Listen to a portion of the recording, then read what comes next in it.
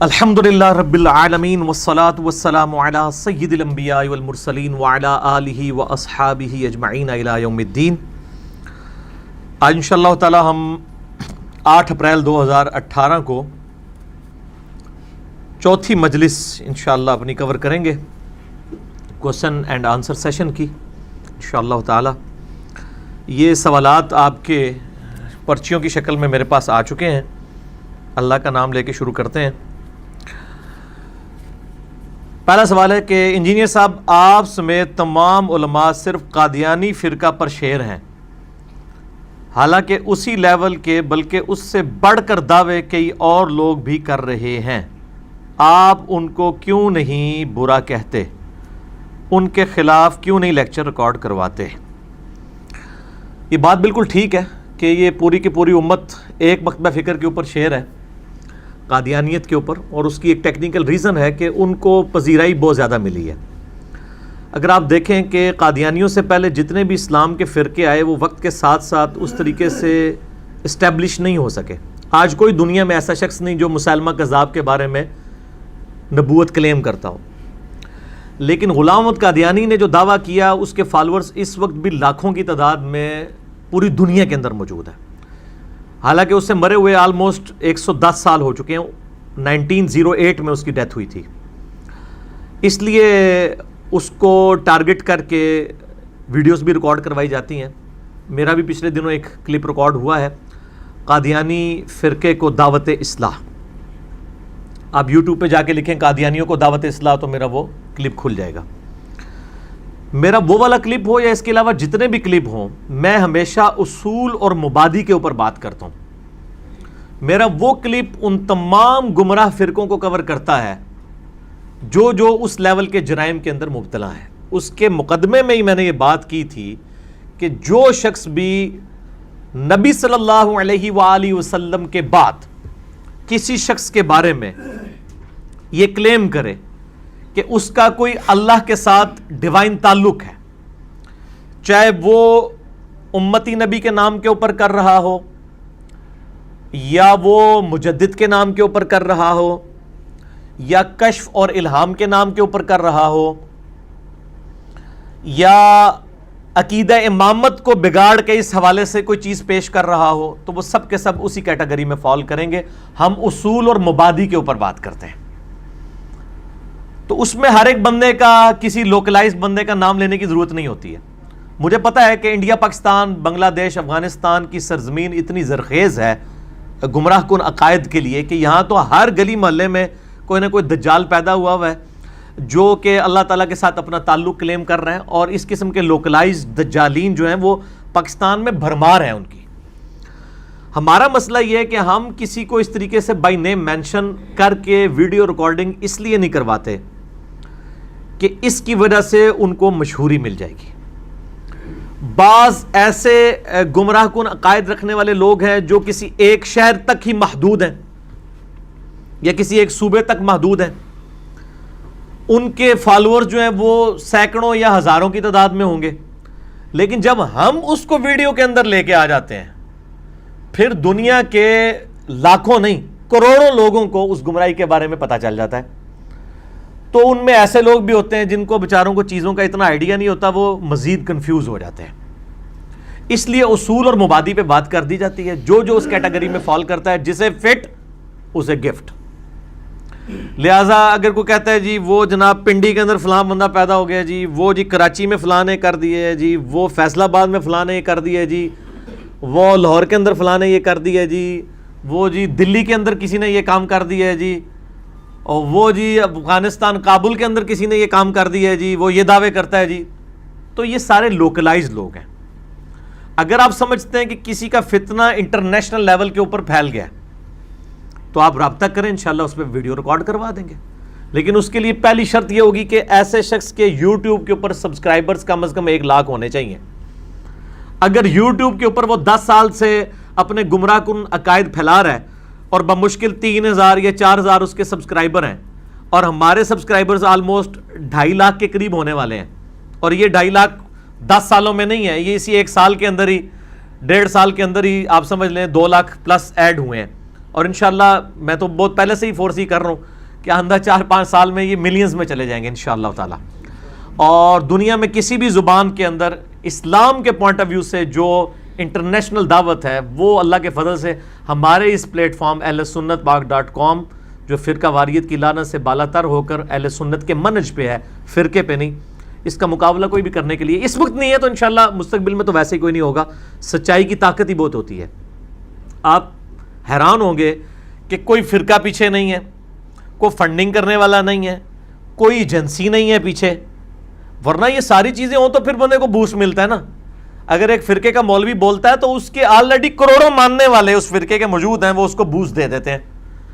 ہمارے تو سارے خلاف ہوئے ہوئے ہیں، اس کے باوجود دعوت پھیل رہی ہے سچائی کی وجہ سے. اور اس حد تک پھیل رہی ہے کہ جو لوگ کٹر اتنے عرصے سے اپنے اپنے علماء کو لے کے بیٹھے ہوئے تھے، وہ علماء پریشان ہیں. لہٰذا جس کا دل کرتا ہے نا وہ میرے خلاف پہلے بولتا ہے، اور وہ بولتے کیا ہیں؟ صرف گالیاں نکالتے ہیں، کوئی علمی رد نہیں کرتے. وہ کہتے ہیں یار آپ نے یہ باتیں تو ٹھیک تھی لیکن آپ نے کیوں کر دی ہمارے بارے میں؟ تو اس کا علاج تو ہمارے پاس کوئی نہیں. میں نے پہلے بھی کہا ہم اپنی آخرت کی فکر میں ہیں، لہٰذا ہمیں کسی کے ساتھ کوئی لینا دینا نہیں ہے. ہم اللہ تعالیٰ کے حضور قیامت الدین کامیاب ہونا چاہتے ہیں کہ اللہ تعالیٰ ہمیں نہ پکڑ لے کہ آپ کو یہ سچی بات پتہ تھی، آپ نے لوگوں کو کیوں نہیں بتائی. لہٰذا یہ اس قسم کے جو لوگ ہیں تو ان کو مطلب ان پہ لیکچرز ریکارڈ کروانے کی ضرورت نہیں. میرا قادیانیت والا جو کلپ ہے، قادیانیوں کو دعوت اصلاح، یوٹیوب پہ جا کے لکھیں. وہ کلپ آج کے بعد جتنے فتنے یا آج سے پہلے گزرے ہیں اس حوالے سے کہ وہ اللہ اور بندے کا ڈائریکٹ تعلق مانتے ہیں، چاہے کشف کے نام پہ، الہام کے نام پہ، امتی نبی کے نام پہ، عقیدہ امامت کی بگڑی ہوئی شکل کے نام کے اوپر، یہ کسی بھی اعتبار سے وہ سب کے سب اسی کیٹیگری میں فال کرتے ہیں. وہ میں اکثر یہ کہتا ہوں کہ غلام احمد قادیانی نے شراب کو جو ہے وہ شراب کہہ کے پی لیا، باقی لوگ پی وہی شراب رہے ہیں لیکن کہہ رہے ہیں نہیں یہ انگوروں کا جوس ہے.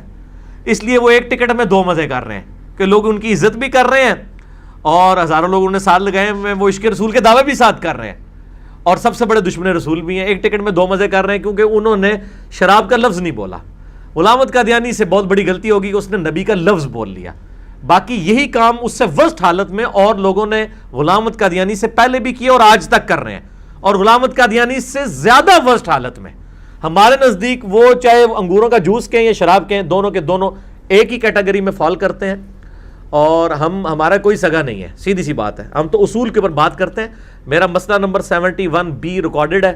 میں اکثر کہتا ہوں کہ اللہ کے حضور قیامت والے دن اگر میں کوئی اپنا عمل فرائض کی پابندی کے بعد پیش کر کے اس کو اپنی نجات کا ذریعہ مانتا ہوں تو میرا وہ لیکچر ہے مسئلہ نمبر 71B، انڈیا اور پاکستان کے بزرگوں کی 19 گستاخانہ عبارات کا تحقیقی جائزہ. اس میں میں نے میرے بھائی آج سے 6 سال پہلے یہ سب کے سب لوگوں کو کور کیا ہوا تھا، بار بار کرنے کی ضرورت نہیں ہے.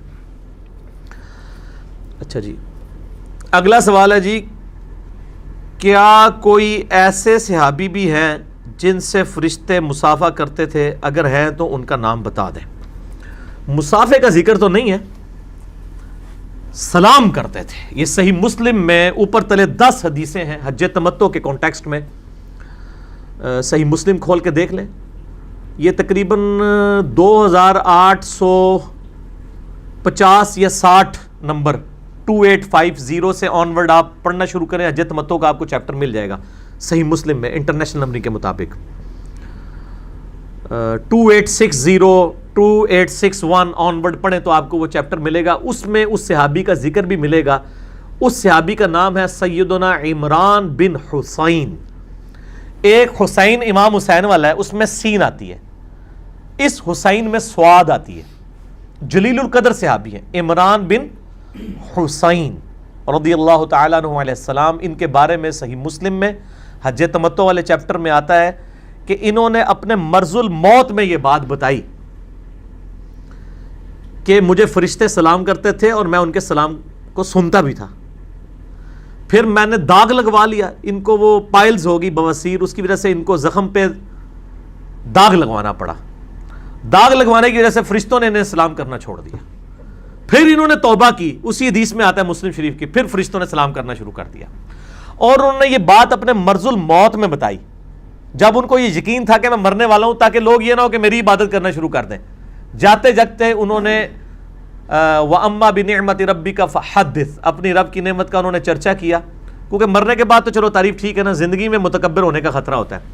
تو مرض الموت میں انہوں نے یہ بات بتائی کہ میرے ساتھ یہ ہوتا تھا، اور پھر انہوں نے ساتھ وصیت کی. اس حدیث میں مسلم شریف کے آتا ہے کہ دیکھنا اگر میں اس بیماری سے بچ گیا تو تم نے یہ حدیث آگے نہیں بیان کرنی. لیکن وہ بچے نہیں، وہ فوت ہی ہو گئے اس میں.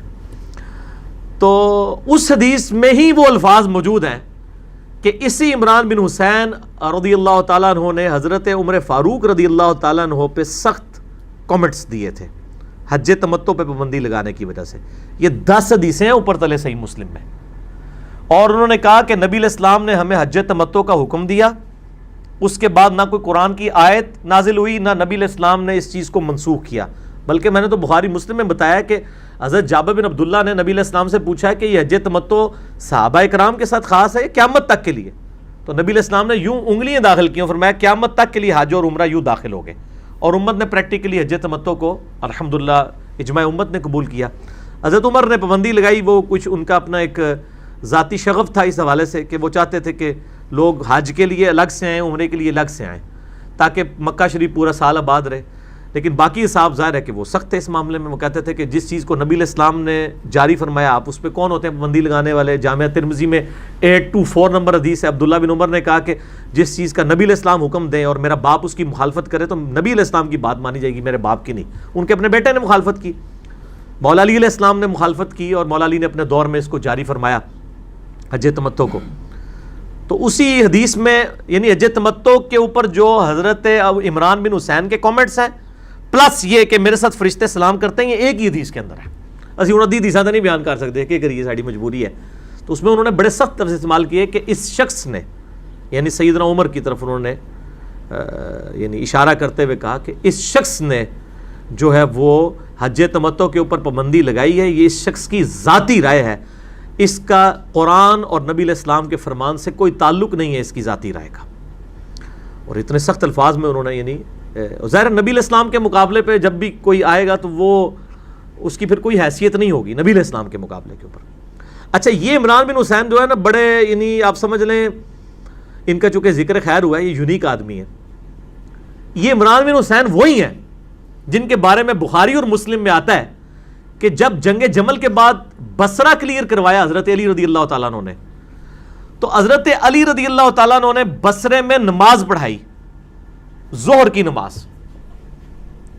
تو تابی ہے مطرف ان کا نام ہے، میم توئیں طا را فا.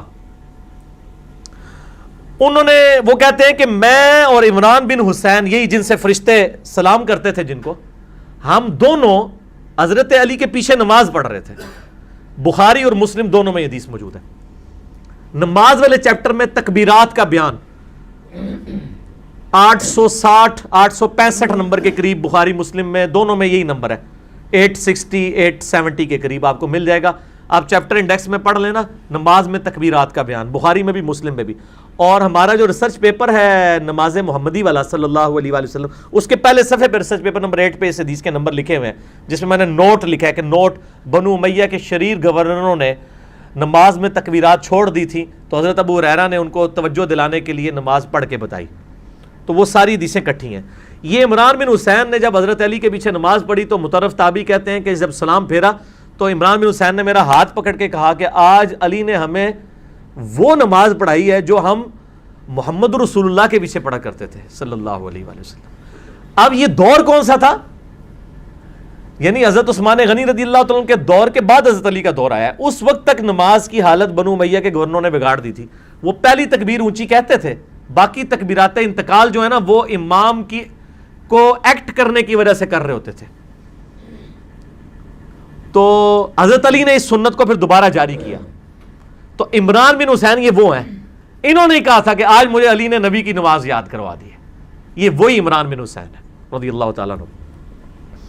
بلکہ صحیح بخاری میں اسی چیپٹر میں آپ کو ملے گا کہ عبداللہ ابن عباس کے پاس ایک شخص آیا، اس نے حضرت ابو ہریرہ کے پیچھے نماز پڑھی مکہ شریف میں، اور اس نے آ کے ابن عباس کو کہا کہ آج میں نے ایک ایسے احمق شخص کے پیچھے نماز پڑھی ہے جس نے 4 رکعتوں میں 22 دفعہ اللہ اکبر کہا ہے. تو حضرت عبداللہ ابن عباس کو غصہ آیا. انہوں نے کہا تیری ماں تجھے روئے، یہ تو ابو القاسم کی سنت ہے، تو اس کو احمق کہہ رہا ہے. یعنی اس دور کے اندر یہ تکبیرات اس طرح ختم ہو چکی تھی کہ حضرت ابن عباس کو سٹینڈ لینا پڑا کہ ابو ہریرہ جب نماز پڑھا کے 22 تکبیرات پڑھ رہے ہیں تو وہ تابعی کی آپ ذرا کانفیڈنس لیول دیکھیں کہ اس کو ایک تو علم کوئی نہیں ہے، وہ ان کو احمق کہہ رہا ہے اس لیے کہ اس نے تو دیکھے ہی تھا. جس طرح آج ہم جب کتاب و سنت سے لوگوں کو حوالے دیتے ہیں، لوگ کہتے ہیں پتہ نہیں کیڑیاں گلاں کردا ہے. یہ بھائی آج دا مسئلہ نہیں ہے، یہ صحابہ نال بھی کچھ ہویا ہے کہ حضرت ابو ہریرہ کے مقتدی کہہ رہے پتہ نہیں ابو ہریرہ کیڑی نماز پڑھا رہا ہے سانو. ادھر پنجابی بولنا ایک غریب تو بدتمیز، ایک علم کوئی نہیں ہے اور اوپر سے کانفیڈنس لیول دیکھیں. ہم نے تو آج تک یہ بات سنی نہیں. اللہ دے بندو، نہ تسی نہ تواڈے ماں پیو نے کدے قرآن نہ حدیث پڑھی تو تسی کدوں سننی سی؟ جنہاں دی تقریراں تسی سنتے رہو انہوں نے بھی قرآن حدیث نہیں سی آندا. تو یہ جو ہم پہ کرتا ہے نا، نئی نئی باتیں کرتا ہے، یہ سب کچھ ہوا ہے صحابہ کے ساتھ. اور بلکہ بخاری مسلم میں انہی حدیث میں آتا ہے حضرت ابو ہریرہ نے باقاعدہ آل امیہ کے سامنے نماز پڑھی حضرت میر معاویہ رضی اللہ تعالیٰ عنہ کے دور کے اندر، جب مروان حکمران بنا کے بھیجا گیا، اور انہوں نے بلند آواز سے تکبیرات کی اور کہا کہ میں تم سب سے زیادہ نبی علیہ السلام کی جو ہے نماز سے واقف ہوں. نبی علیہ السلام اپنی وفات تک اسی طرح نماز پڑھتے تھے کہ ہر اٹھک بیٹھک پہ اللہ اکبر کہتے تھے، سوائے رکوع سے اٹھتے وقت سمیع اللہ لمن حمیدہ ربنا لک الحمد. اور انہوں نے کہا اللہ کی قسم مجھے سب سے زیادہ نماز آتی ہے جتنے تم لوگ ہو. نبی علیہ السلام وفات تک ایسے نماز پڑھتے رہے. یعنی انہوں نے یہ بتایا کہ منسوخ نہیں ہوگی تکبیرات. یہ تو حضرت علی نے ایسی پھر یہ تکبیرات جاری کی کہ امت نے ایکسیپٹ کیا. حتیٰ کہ امام ترمذی جب یہ حدیثیں لے کے آئے ہیں نا تکبیرات والی، تو انہوں نے پھر لکھا کہ امت کا اتفاق ہے کہ حضرت ابو بکر، حضرت عمر، حضرت عثمان، حضرت علی اور تابعین اس چیز کے قائل ہیں کہ تکبیرات انتقالات کہی جائیں گی. اب بندہ پڑھتا ہے کہ یار یہ کون سی ایسی چیز ہے جو جس کے قائل ہوئے ہیں، کیا اس کے مخالفین بھی آئے تھے؟ تو پھر ہر گل دے پیچھے ہر گل دے وچ ایک گل ہوندی ہے، وہی اصل گل ہوندی ہے. وہ انجینئر صاحب دستے نے، انہوں نے بتا دی کہ یہ بات تھی. اب دیکھیں بات کہاں سے کہاں گئی. عمران بن حسین تھے اوتھے ہی رہ گئے تو کتنے مسئلے وچوں نکلے. اے مجلس دی برکات ہوندی ہے، مجلس اس کو کہتے ہیں. آپ گھڑی دائیں ہاتھ میں کیوں باندھتے ہیں؟ میری مرضی. کیا الٹے ہاتھ میں باندھنا گناہ ہے؟ نہیں میرے بھائی، میرے تو سینکڑوں لیکچر الٹے ہاتھ میں بھی گھڑی باندھ کے تھے، اور میں نے باقاعدہ اس کے اوپر رجوع بھی کیا تھا کہ میں اب دائیں ہاتھ میں کیوں باندھ رہا ہوں پچھلے تقریباً 3 سال سے، اگست 2015 سے. کہ مجھے ایک بھائی نے ای میل کی کہ بھی نبی علیہ السلام اپنا ہر پسندیدہ کام دائیں طرف سے شروع کرتے تھے. آپ اپنی انگوٹھی بھی، مور نبوت بھی، جو وہ مور لگائی جاتی تھی جس پہ محمد رسول اللہ لکھا ہے، وہ اپنے دائیں ہاتھ پہ باندھتے تھے. تو گھڑی کو بھی دائیں ہاتھ پہ باندھنا. اور پھر میں نے کئی غیر مسلموں کو دیکھا جب وہ مسلمان ہوئے تو انہوں نے دائیں ہاتھ پہ گھڑی باندھنا شروع کر دی. تو مجھے یہ چیز اٹریکٹ فل لگی، ایک یعنی مسلمان والا معاملہ. اور پھر پریکٹیکلی بھی نماز میں ہاتھ باندھتے وقت کمفرٹیبل ہے، کیونکہ اگر یہ موٹی موٹی جو گھڑیاں یہاں باندھی ہوتی ہیں جب آپ ہاتھ رکھتے ہیں نا تو وہ یہ دائیں ہاتھ کے نیچے وہ آ جاتی ہے. لیکن یہ گھڑی جو ہے نا وہ اس طرح رہتی ہے، اور اس کا بڑا فائدہ بھی ہوتا ہے کہ بعض اوقات آپ جو ہے وہ خیال بھی رکھ لیتے ہیں اس حوالے سے کہ جماعت کھڑنے میں ٹائم کتنا رہ گیا. اور نبی علیہ السلام کی یہ سنت ہے، ابو داؤد ترمذی میں موجود ہے کہ نبی علیہ السلام نماز پڑھنے کے دوران بغیر گردن ہلائے ادھر ادھر دیکھ لیا کرتے تھے. یہ جائز ہے اگر ضرورت کے تحت آپ کو دیکھنا پڑے، یعنی گھڑی کی طرف ٹائم دیکھنا پڑا ہے، یا کوئی موذی جانور آپ کی طرف آ رہا ہے، یا کوئی موذی انسان آپ کی طرف بڑھ رہا ہے، تو آپ یعنی دیکھ سکتے ہیں، یہ جائز ہے. تو اس طریقے سے نماز کے دوران قیام کی حالت میں آپ گھڑی کو بھی دیکھ سکتے ہیں. اگر دائیں ہاتھ پہ باندھی ہوگی تو دیکھنا بھی آپ کے لیے آسان ہو جائے گا. باقی یہ کہ صحیح بخاری میں ہے کہ ام عائشہ کہتی ہیں کہ نبی علیہ السلام اپنے پسندیدہ کاموں کو دائیں طرف سے شروع کرتے تھے. بائیں ہاتھ پہ بھی گھڑی باندھنا جائز ہے. یہ کوئی دین کا وہ مسئلہ نہیں کہ اس کے اوپر کوئی فتویٰ لگا دیا جائے. مسلم شریف میں ایک حدیث ہے کہ نبی علیہ السلام نے اپنے بائیں ہاتھ کی انگلی میں ایک دفعہ انگوٹھی پہنی تھی. ہے ایک دفعہ ہی ہے. آپ کا عمومی عمل دایاں ہاتھ ہی ہے. جیسے آپ کا عمومی عمل اونچی آواز میں جنازہ پڑھنا نہیں، پست آواز میں ہے، لیکن کبھی کبھار آپ نے اونچی آواز میں بھی جنازہ پڑھا ہے، یہ جواز ہے. اس طرح الٹے ہاتھ میں بھی انگوٹھی باندھی ہے، پہنی ہے، یہ جواز ہے، بالکل ٹھیک ہے، آپ پہنے، جائز ہے. گھڑی بھی پہنے، جائز ہے، لیکن عمومی عمل آپ کا دائیں ہاتھ پہ ہے. اسی پہ ہم نے قیاس کیا. کتاب و سنت اجماع امت کی روشنی میں قیاس ہو سکتا ہے. آپ علماء کے ساتھ پبلکلی مناظرہ کر کے حق کی آواز کیوں بلند نہیں کرتے؟ کیا مناظرہ کرنا حرام ہے؟ پبلکلی میرے بھائی حق کی آواز تو بلند کر دی ہے، ضروری ہے کہ اب کسی کے ساتھ جا کے ہاتھا پائی کرنی شروع کر دیں. جب ہم نے یوٹیوب پہ ویڈیوز چڑھا دی ہیں اور لاکھوں کروڑوں تک بات پہنچ گئی، یہ کافی ہے. مناظرہ کرنے کا کوئی فائدہ نہیں ہونا. اس کی وجہ یہ ہے کہ جتنے بھی علماء ہیں یہ اپنے اپنے مکتبہ فکر کے گول کیپرز ہیں. گول کیپر کبھی بھی اپنے پول کے اندر فٹ بال نہیں پھینکے گا. آپ جو مرضی کر کے دیکھ لیں، انہوں نے کبھی بات قبول نہیں کرنی. اس لیے میرا شروع سے یہ موقف ہے، پہلے دن سے میں مناظروں کے خلاف ہوں.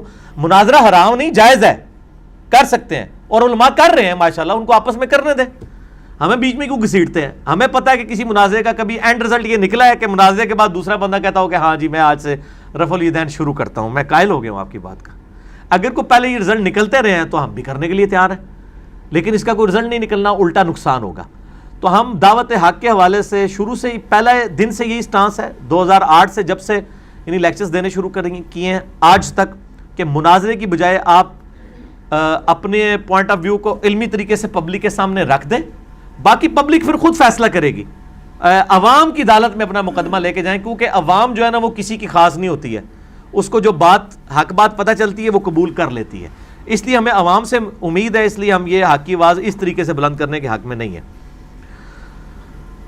بعض علماء آپ کے کلپ سیاق و سباق سے ہٹا کر بدنام کر رہے ہیں.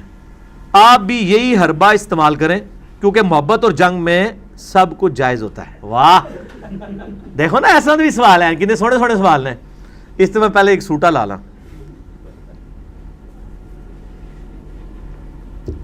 یہ کوئی حدیث نہیں ہے کہ محبت اور جنگ میں سب کچھ جائز ہے. البتہ بخاری مسلم میں ایک حدیث ہے کہ جنگ کے دوران، یعنی جنگ دھوکے کا نام ہے، یہ حدیث ہے. یعنی جنگ کے دوران تو ہماری تو کسی سے جنگ ہی نہیں ہے میرے بھائی، ہمارے تو علمی اختلاف ہے، جنگ تو ہے ہی نہیں کسی کے ساتھ. دوسرا، یہ ذلیل حرکت تو ہم نے زمانے جاہلیت میں کبھی نہیں کی تھی کہ کسی کے اوپر جھوٹا الزام لگایا جائے، چاہے جائے کہ اب اللہ نے ہمیں ہدایت دی ہے تو ہم یہ کام کرنے شروع کر دیں. باقی رہا علماء کر رہے ہیں، ہمیں کوئی پرواہ نہیں اس کی.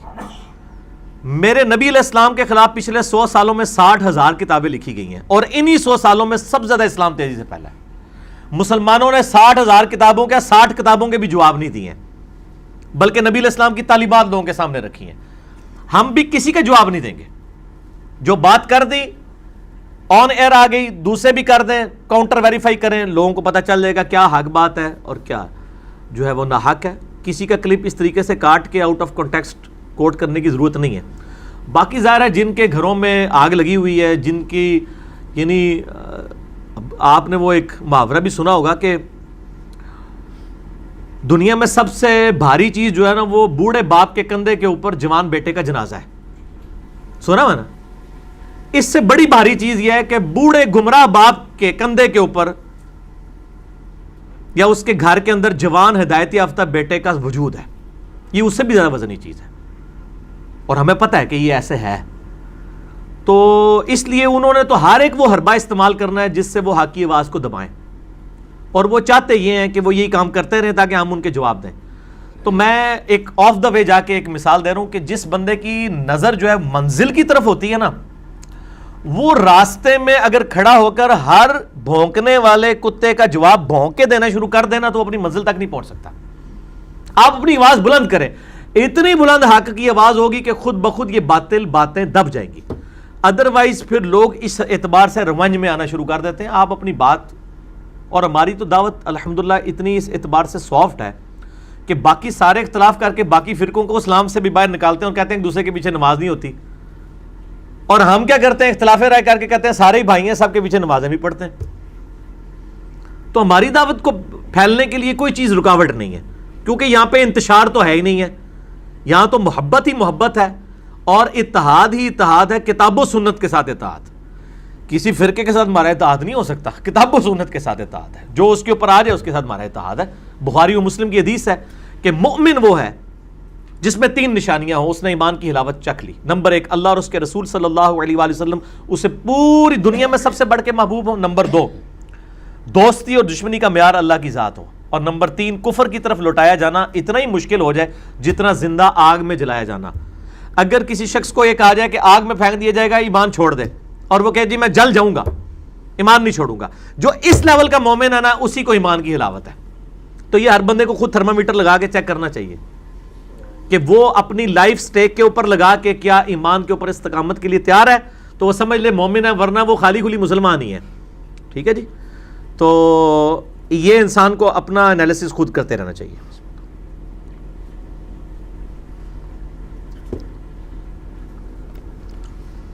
اللہ تعالیٰ نے جس عمل پر ثواب دینے کا وعدہ کیا ہے تو اللہ اپنا وعدہ پورا کرے گا، اور جس عمل پر سزا دینے کا وعدہ کیا ہے اس میں اللہ کو تو اختیار ہے۔ ایکسپلین کر دیں، ٹھیک ہے۔ یہ انہوں نے لکھا ہے السلسلۃ الصحیحہ 1409۔ یہ اختیار السلسلۃ الصحیحہ سے بہت پہلے قرآن میں ہے، سورہ النساء کی آیت نمبر 48 میں اور 116 میں، کہ نبی صلی اللہ علیہ وآلہ وسلم کے ذریعے اللہ تعالیٰ نے امت تک یہ بات پہنچا دی ہے، کیٹاگوریکل مینشن کر دی ہے۔ کیا؟ ان اللہ لا یغفر ان یشرک بہ، بے شک اللہ تعالیٰ اس گناہ کو کبھی معاف نہیں کرے گا کہ اس کے ساتھ کسی قسم کا شرک کیا گیا، وَيَغْفِرُ مَا دُونَ ذَلِكَ لِمَن يَشَاءُ، اس کے علاوہ جتنے گناہ ہیں جس کے لیے چاہے گا معاف کر دے گا۔ وہ تو اس نے کہا ہوا ہے کہ میں جب چاہوں جس کے لیے معاف کر دوں گا، لیکن جس کے لیے چاہوں گا، یہ رول نہیں ہے۔ کیا آج کے دور میں کوئی یہ کلیم کر سکتا ہے کہ یار میں یہ کام کر لوں، خیر اللہ تعالیٰ کو تو اختیار ہے، مجھے معاف کر ہی دے گا؟ نہ۔ صحیح بخاری میں حدیث ہے کہ ایک عورت تھی، بڑی نیک عورت، لیکن اس نے ایک بلی کو بھوکا پیاسا قید کر دیا اور اس کی وجہ سے وہ بلی مر گئی، اور نبی علیہ السلام فرماتے ہیں کہ وہ عورت اس کی وجہ سے آگ میں جل رہی ہے۔ یہ تو لوگ کہتے ہیں کہ اللہ تعالیٰ چاہے تو چھوٹی سی نیکی پہ بخش دے گا، تو اللہ تعالیٰ چاہے تو چھوٹے سے گناہ پہ پکڑ بھی لے گا، یہ بھی تصویر کا دوسرا رخ ہے۔ اسی لیے اللہ تعالیٰ نے فرمایا نا سورۃ الحجر میں، نبی عبادی انی انا الغفور الرحیم، اے نبی علیہ السلام میرے بندوں کو یہ بتا دیجئے کہ بے شک میں بخشنے والا مہربان ہوں، لیکن میرا عذاب جو ہے وہ بھی شدید عذاب ہے۔ ٹھیک ہو گیا؟ یعنی دونوں تصویر کے رخ بتانے ہیں، ایک نہیں بتانے ہیں کہ بہت غفور رحیم ہے، دونوں چیزیں کٹھی آئی ہیں۔ اللہ فرماتے ہیں ہم نے حوا اور آدم کو نفس واحدہ سے پیدا کیا ہے۔ اکثر علماء فرماتے ہیں کہ حوا کو آدم کی پسلی سے پیدا کیا گیا۔ یہ کیسے ممکن ہے؟ یہ ہے قرآن حکیم میں میرے بھائیوں۔ اللہ تعالیٰ نے سورۃ النساء کے شروع میں ارشاد فرمایا، اعوذ باللہ من الشیطان الرجیم بسم اللہ الرحمن الرحیم، سورۃ النساء آیت نمبر سٹارٹ کیا ہے، یا ایھا الناس اتقوا ربکم الذی خلقکم من نفس واحدہ، اے لوگو اس رب کا تقوی اختیار کرو جس نے تمہیں ایک جان سے پیدا کیا، وخلق منہا زوجہا، اور اسی جان سے اس کا جوڑا بنایا۔ یہ تو قرآن میں بھی آیا ہے کہ ایک آدم سے تمہیں پیدا کیا اور آدم کا جوڑا آدم میں سے بنایا، وَبَثَّ مِنْهُمَا، پھر ان دونوں سے بسا دیے، رجالاً کثیراً وَنِسَاءَ، کثرت کے ساتھ جو ہے وہ مرد اور عورتیں۔ اللہ تعالیٰ ہمارا اس رب کی عبادت کرو جس نے ایک جان سے تمہیں پیدا کیا، اسی جان سے اس کا جوڑا بنایا۔ یعنی بخاری مسلم میں پھر ڈیٹیل آئی ہے کہ آدم علیہ السلام کی پسلی سے اماں حوا پیدا ہوئی اور پھر ان کے جوڑے سے آگے چلا۔ اب اس کی ڈیٹیل ہمیں نہیں، بلکہ اسرائیلی روایات میں ملتا ہے کہ صبح کے وقت ایک جوڑا پیدا ہوتا تھا، ایک شام کے وقت جو صبح کے وقت جوڑا ہوتا تھا اس کا جو میل تھا وہ شام والی کی فیمیل کے ساتھ اس کی شادی ہوتی تھی، شام والی کی کہ میل کی صبح کے فیمیل کے ساتھ۔ اس وقت ظاہر ہے وہ شرعی احکام اس طرح نہیں تھے۔ اگلی شریعتوں میں تو یہ بھی تھا کہ آپ ایک مرد دو بہنوں کو بھی عقد میں رکھ سکتا تھا۔ حضرت یوسف علیہ السلام کی والدہ اور باقی بھائیوں کی والدہ دونوں بہنیں تھیں آپس میں، دونوں حضرت یعقوب علیہ السلام کی عقد میں تھی، ہماری شریعت میں سے حرام کر دیا گیا۔ تو اس وقت آدم علیہ السلام جب پیدا ہوئے اس وقت اللہ تعالیٰ نے اس کی اجازت رکھی تھی، لیکن اس میں بھی کراس میچ رکھا ہوا تھا، اور قابیل حابیل کے قتل کا معاملہ بھی اسی کے ساتھ اس کو جوڑا جاتا ہے۔ چونکہ یہ اسرائیلی روایات ہیں، ان کی ہم نہ تصدیق کر سکتے ہیں نہ تکذیب کر سکتے ہیں، دونوں طرف بات جا سکتی ہے۔ صحیح بخاری میں حدیث ہے کہ اسرائیلی روایات آئیں، نہ ان کو جھوٹا کہو اور نہ ان کی تصدیق کرو۔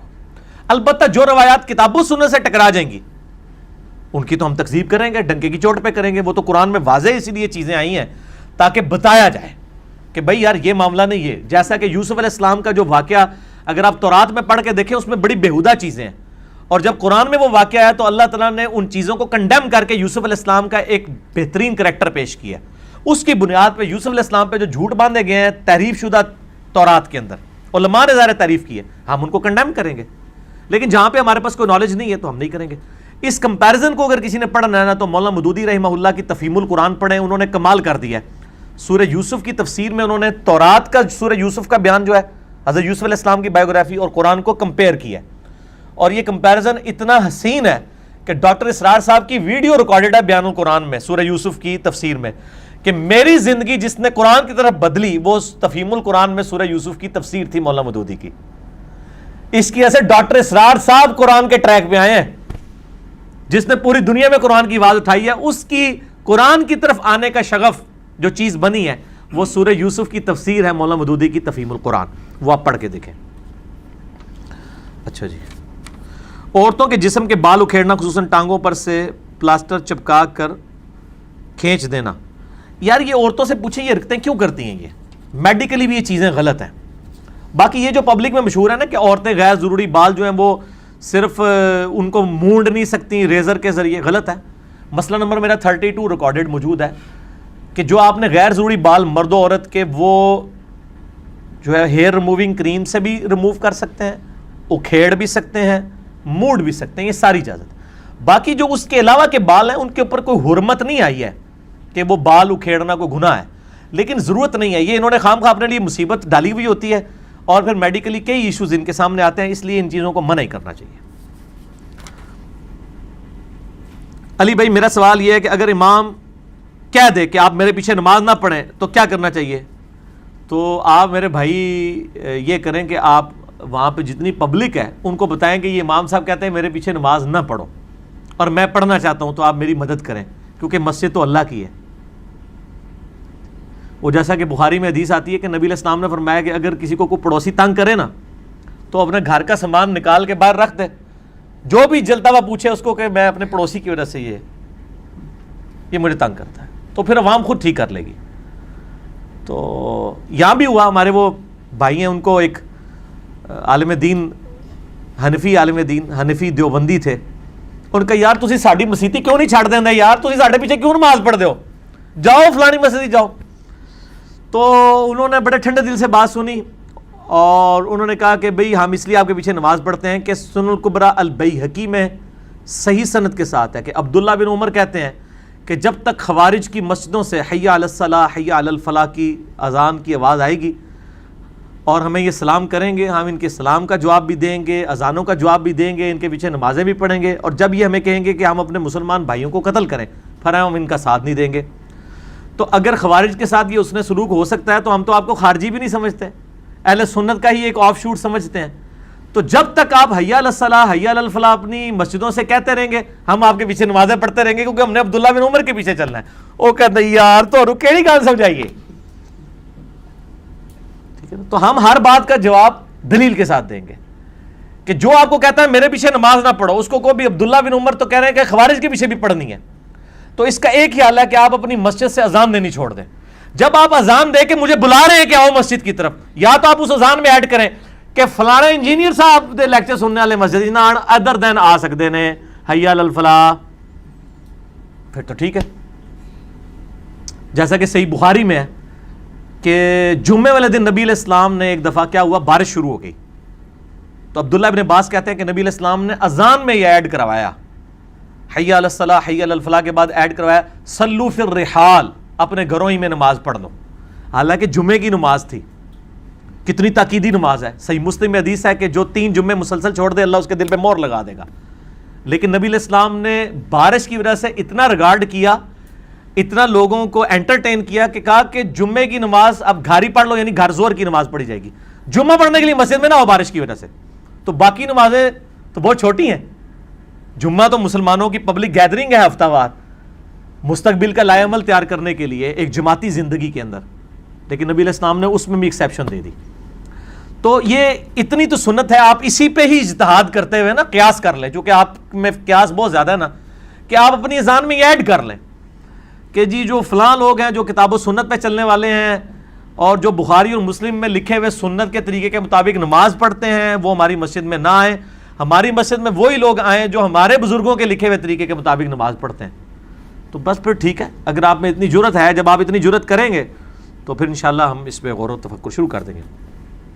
نماز جنازہ اور عام نماز کا درود ایک ہی ہے، اللہ تعالیٰ اللہ تعالیٰ کوئی نہیں میرے بھائی، درود ایک ہی ہے، درود ابراہیمی یا اس کا پہلا حصہ اللہم صلی علی محمد وعلی آل محمد، یہ درود آپ نے قنوت وطر میں بھی پڑھنا ہے، دعائے قنوت کے بعد، نماز جنازہ کی بھی دوسری تکبیر کے بعد پڑھنا ہے، اور اس کے علاوہ نبی علیہ السلام کے صحابہ کرام کے بارے میں آتا ہے مسند امام احمد میں مولا علی کے بارے میں کہ جب بھی وہ تقریر شروع کرتے تھے تو حمد و ثنا کے بعد شروع کرتے تھے۔ درود شریف پہ میرا مسئلہ نمبر 56 دیکھ لیں، میں نے 8 مواقع بتائے ہیں جن مواقع پہ سنت ہے درود شریف پڑھنا، مسجد میں داخل ہوتے وقت بھی درود شریف پڑھنا سنت ہے۔ تو یہ الگ الگ کوئی نہیں ہے, انہوں نے الگ الگ بنا دیے ہمیں.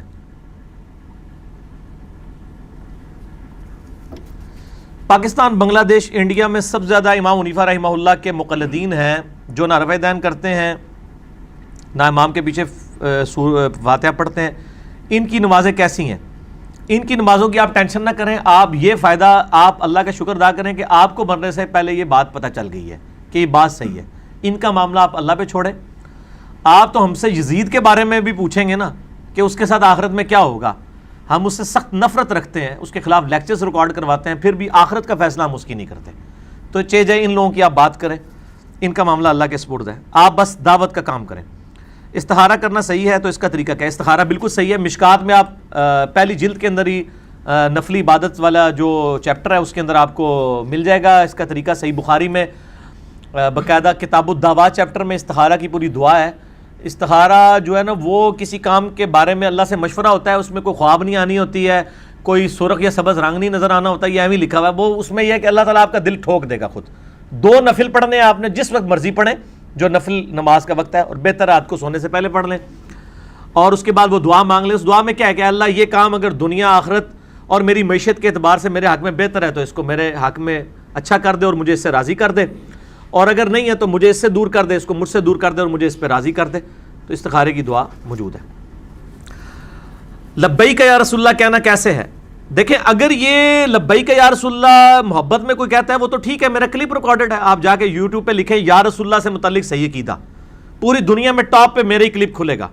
جو نعرے مار مار کے گلے پھاڑ رہے ہیں ان کے کلپ بھی بہت نیچے آئیں گے کیونکہ ان کے کلپ کوئی دیکھتا نہیں ہے. ہمارا ٹاپ کے اوپر کھلے گا یا رسول اللہ سے متعلق صحیح عقیدہ. اس میں بھی میں نے یہ بات بتائی ہے کہ لبیک یا رسول اللہ اگر کوئی کہتا ہے نا نبی علیہ السلام سے محبت کے لیے کہ یا رسول اللہ علیہ وسلم میں آپ کے دین پہ مر مٹنے کے لیے تیار ہوں, میں آپ صلی اللہ علیہ وآلہ وسلم کے دین پہ چلنے کے لیے تیار ہوں, اور میں انشاءاللہ تعالیٰ آج سے ہی داڑھی کی نیت کرتا ہوں. یہ نہیں کہہ رہے ہوں گے, جتنے داڑھی منڈے ہیں نا وہ نہ لگاتے ہوئے کبھی یہ نہیں کہہ رہے ہوں گے کہ میں آج سے داڑھی کی نیت کرتا ہوں. تو بالکل ٹھیک ہے, آپ نبی علیہ السلام سے اپنی محبت کا اظہار کر رہے ہیں. باقی اگر لبیک کا مطلب لبیک اللہم لبیک ہے جو اللہ تعالیٰ کے ساتھ خاص ہے تو اس میں تو پھر شرک والا معاملہ ہو جائے گا. بالکل یہ نیت کے اوپر ہے کہ آپ اس کے اوپر, کسی کے اوپر ہم فیصلہ نہیں کرتے, وہ اس کی نیت کے اوپر ہے. عدالت اگر خلا کا فیصلہ عورت کے حق میں دے دیتی ہے لیکن مرد عورت کو پنچایت یا جج کے سامنے طلاق نہیں دیتا تو کیا شرعی لحاظ سے عورت کو متعلقہ کہا جا سکتا ہے؟ اکثر دیکھنے میں آیا کہ عدالت عورت کے حق میں فیصلہ دیتی ہے لیکن مرد انکاری ہوتا ہے. اور مرد کی کیا اوقات ہے کہ وہ انکار کرے؟ مرد انکاری ہوتا ہے, مرد بدماشی پہ اترا ہوتا ہے تو وہ بیچاری عدالت میں جاتی ہے نا. بڑی ہمدردی تو انہوں مردانہ اللہ دے بندے ہو, مرد بدماشی کر رہا ہوتا ہے نا. اگر کوئی عورت ناحق مرد سے طلاق لے رہی ہے تو دنیا کے قانون میں وہ طلاق لے سکتی ہے, اور خلا اگر طلاق نہ ملے تو خلا عدالت سے لے سکتی ہے, یہ اس کا رائٹ ہے. جو بدماش مرد ناحق عورتوں کو طلاق دے رہے ہوتے ہیں وہ کہتے ہیں ہمارا حق ہے, دونوں طرف حق ہے. کسی نے ناحق طلاق دی یا کسی نے ناحق خلا لیا, دنیا میں وہ اسٹیبلش ہو جائے گا, آخرت میں اللہ تعالیٰ اس کو پوچھ لے گا تو نے یہ کیوں کیا. ورنہ کسی عورت سے یہ حق آپ چھین نہیں سکتے کہ وہ کہ جی میں اس مرد کے ساتھ نہیں رہنا چاہتی. لوگ کہتے ہیں جی وہ وجہ ہی کوئی نہیں, سب سے بڑی وجہ یہ ہے کہ وہ کہتی ہے کہ میں تیرے ساتھ نہیں رہنا چاہتی. اس تو بڑی کڑی وجہ ہوئے گی. اللہ دے بندوں کو غیرت مند بنو مردو, کہ ایک عورت کہہ رہی میں تو اڈل رہنا ہی نہیں ہے, اس سے بڑی اور کیا ریزن ہوگی؟ صحیح بخاری میں حدیث ہے کہ وہ ایک صحابی تھے, ان کی بیوی بھی لونڈی تھی اور وہ خود بھی غلام تھے. اسلام میں رول یہ ہے کہ اگر دونوں میں سے وہ اگر بیوی آزاد ہو جاتی ہے تو وہ پھر تنسیخ نکاح والا معاملہ کر سکتی ہے, اور وہ ان کی بیوی آزاد ہو گئی تو اس نے اپنے خاوند سے علادگی اختیار کر لی. اب وہ خاوند جو ہے وہ صحیح بخاری میں آتا ہے وہ گلیوں میں پھرتا تھا, روتا تھا, اس کی داڑھی آنسوؤں سے تار ہو جاتی تھی, ایڈا بڑا عاشق سیدھے ہو. نبی علیہ السلام کو بھی ترس آ گیا.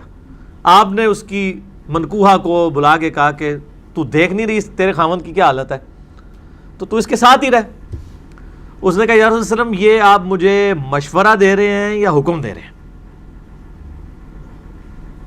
شکر ہے وہ آگے سے کوئی پاکستانی نہیں تھی, ورنہ کہ دیکھے نا جی پاکستانی ادھر کوئی نہیں تھا بیٹھا ہوا, تو ورنہ تو سیدھا سیدھا وہ کلاشن کوف چوک لاندا گستاخ. نبی علیہ السلام فرمایا نہیں میرا مشورہ ہے، حکم میں کیسے دے سکتا ہوں جب اللہ نے تمہیں اختیار دیا ہے؟ تو ان کا یا رسول اللہ میں آپ کا مشورہ نہیں مانتی، اور نہیں رہی. آپ نے بھی فرمایا ٹھیک ہے. تو ادھر لوگ خام خواہ دلیر ہوئے ہوتے ہیں. یہ جو کہتے ہیں نا جی عدالت کا پتہ نہیں چلا، یہ بڑے ٹیٹ مرد ہوتے ہیں، عدالت ان کو سمن بھیجتی ہے، یہ خود نہیں آ رہے ہوتے ہیں. اور اگر سمن نہ بھی آ رہے ہو، ان کو یہ پتہ ہوتا ہے کہ ہمارے خلاف مقدمہ ہوا ہے، جان بوجھ کے پیش نہیں ہو رہے ہوتے کہ ہم کل وہ کہیں گے تو ہم تو پتہ ہی نہیں لگا، وہ اپنے آپ بھی کو دھوکا دیں ہو تسی. ٹھیک ہے جی. اور دوسرا، عدالت نے بلوا کے طلاق نہیں دلوانی ہوتی. طلاق دے دی تو وہ تو پھر دوبارہ رجوع ہو ہی نہیں سکتا. خلا کے بعد تو رجوع ہو سکتا ہے.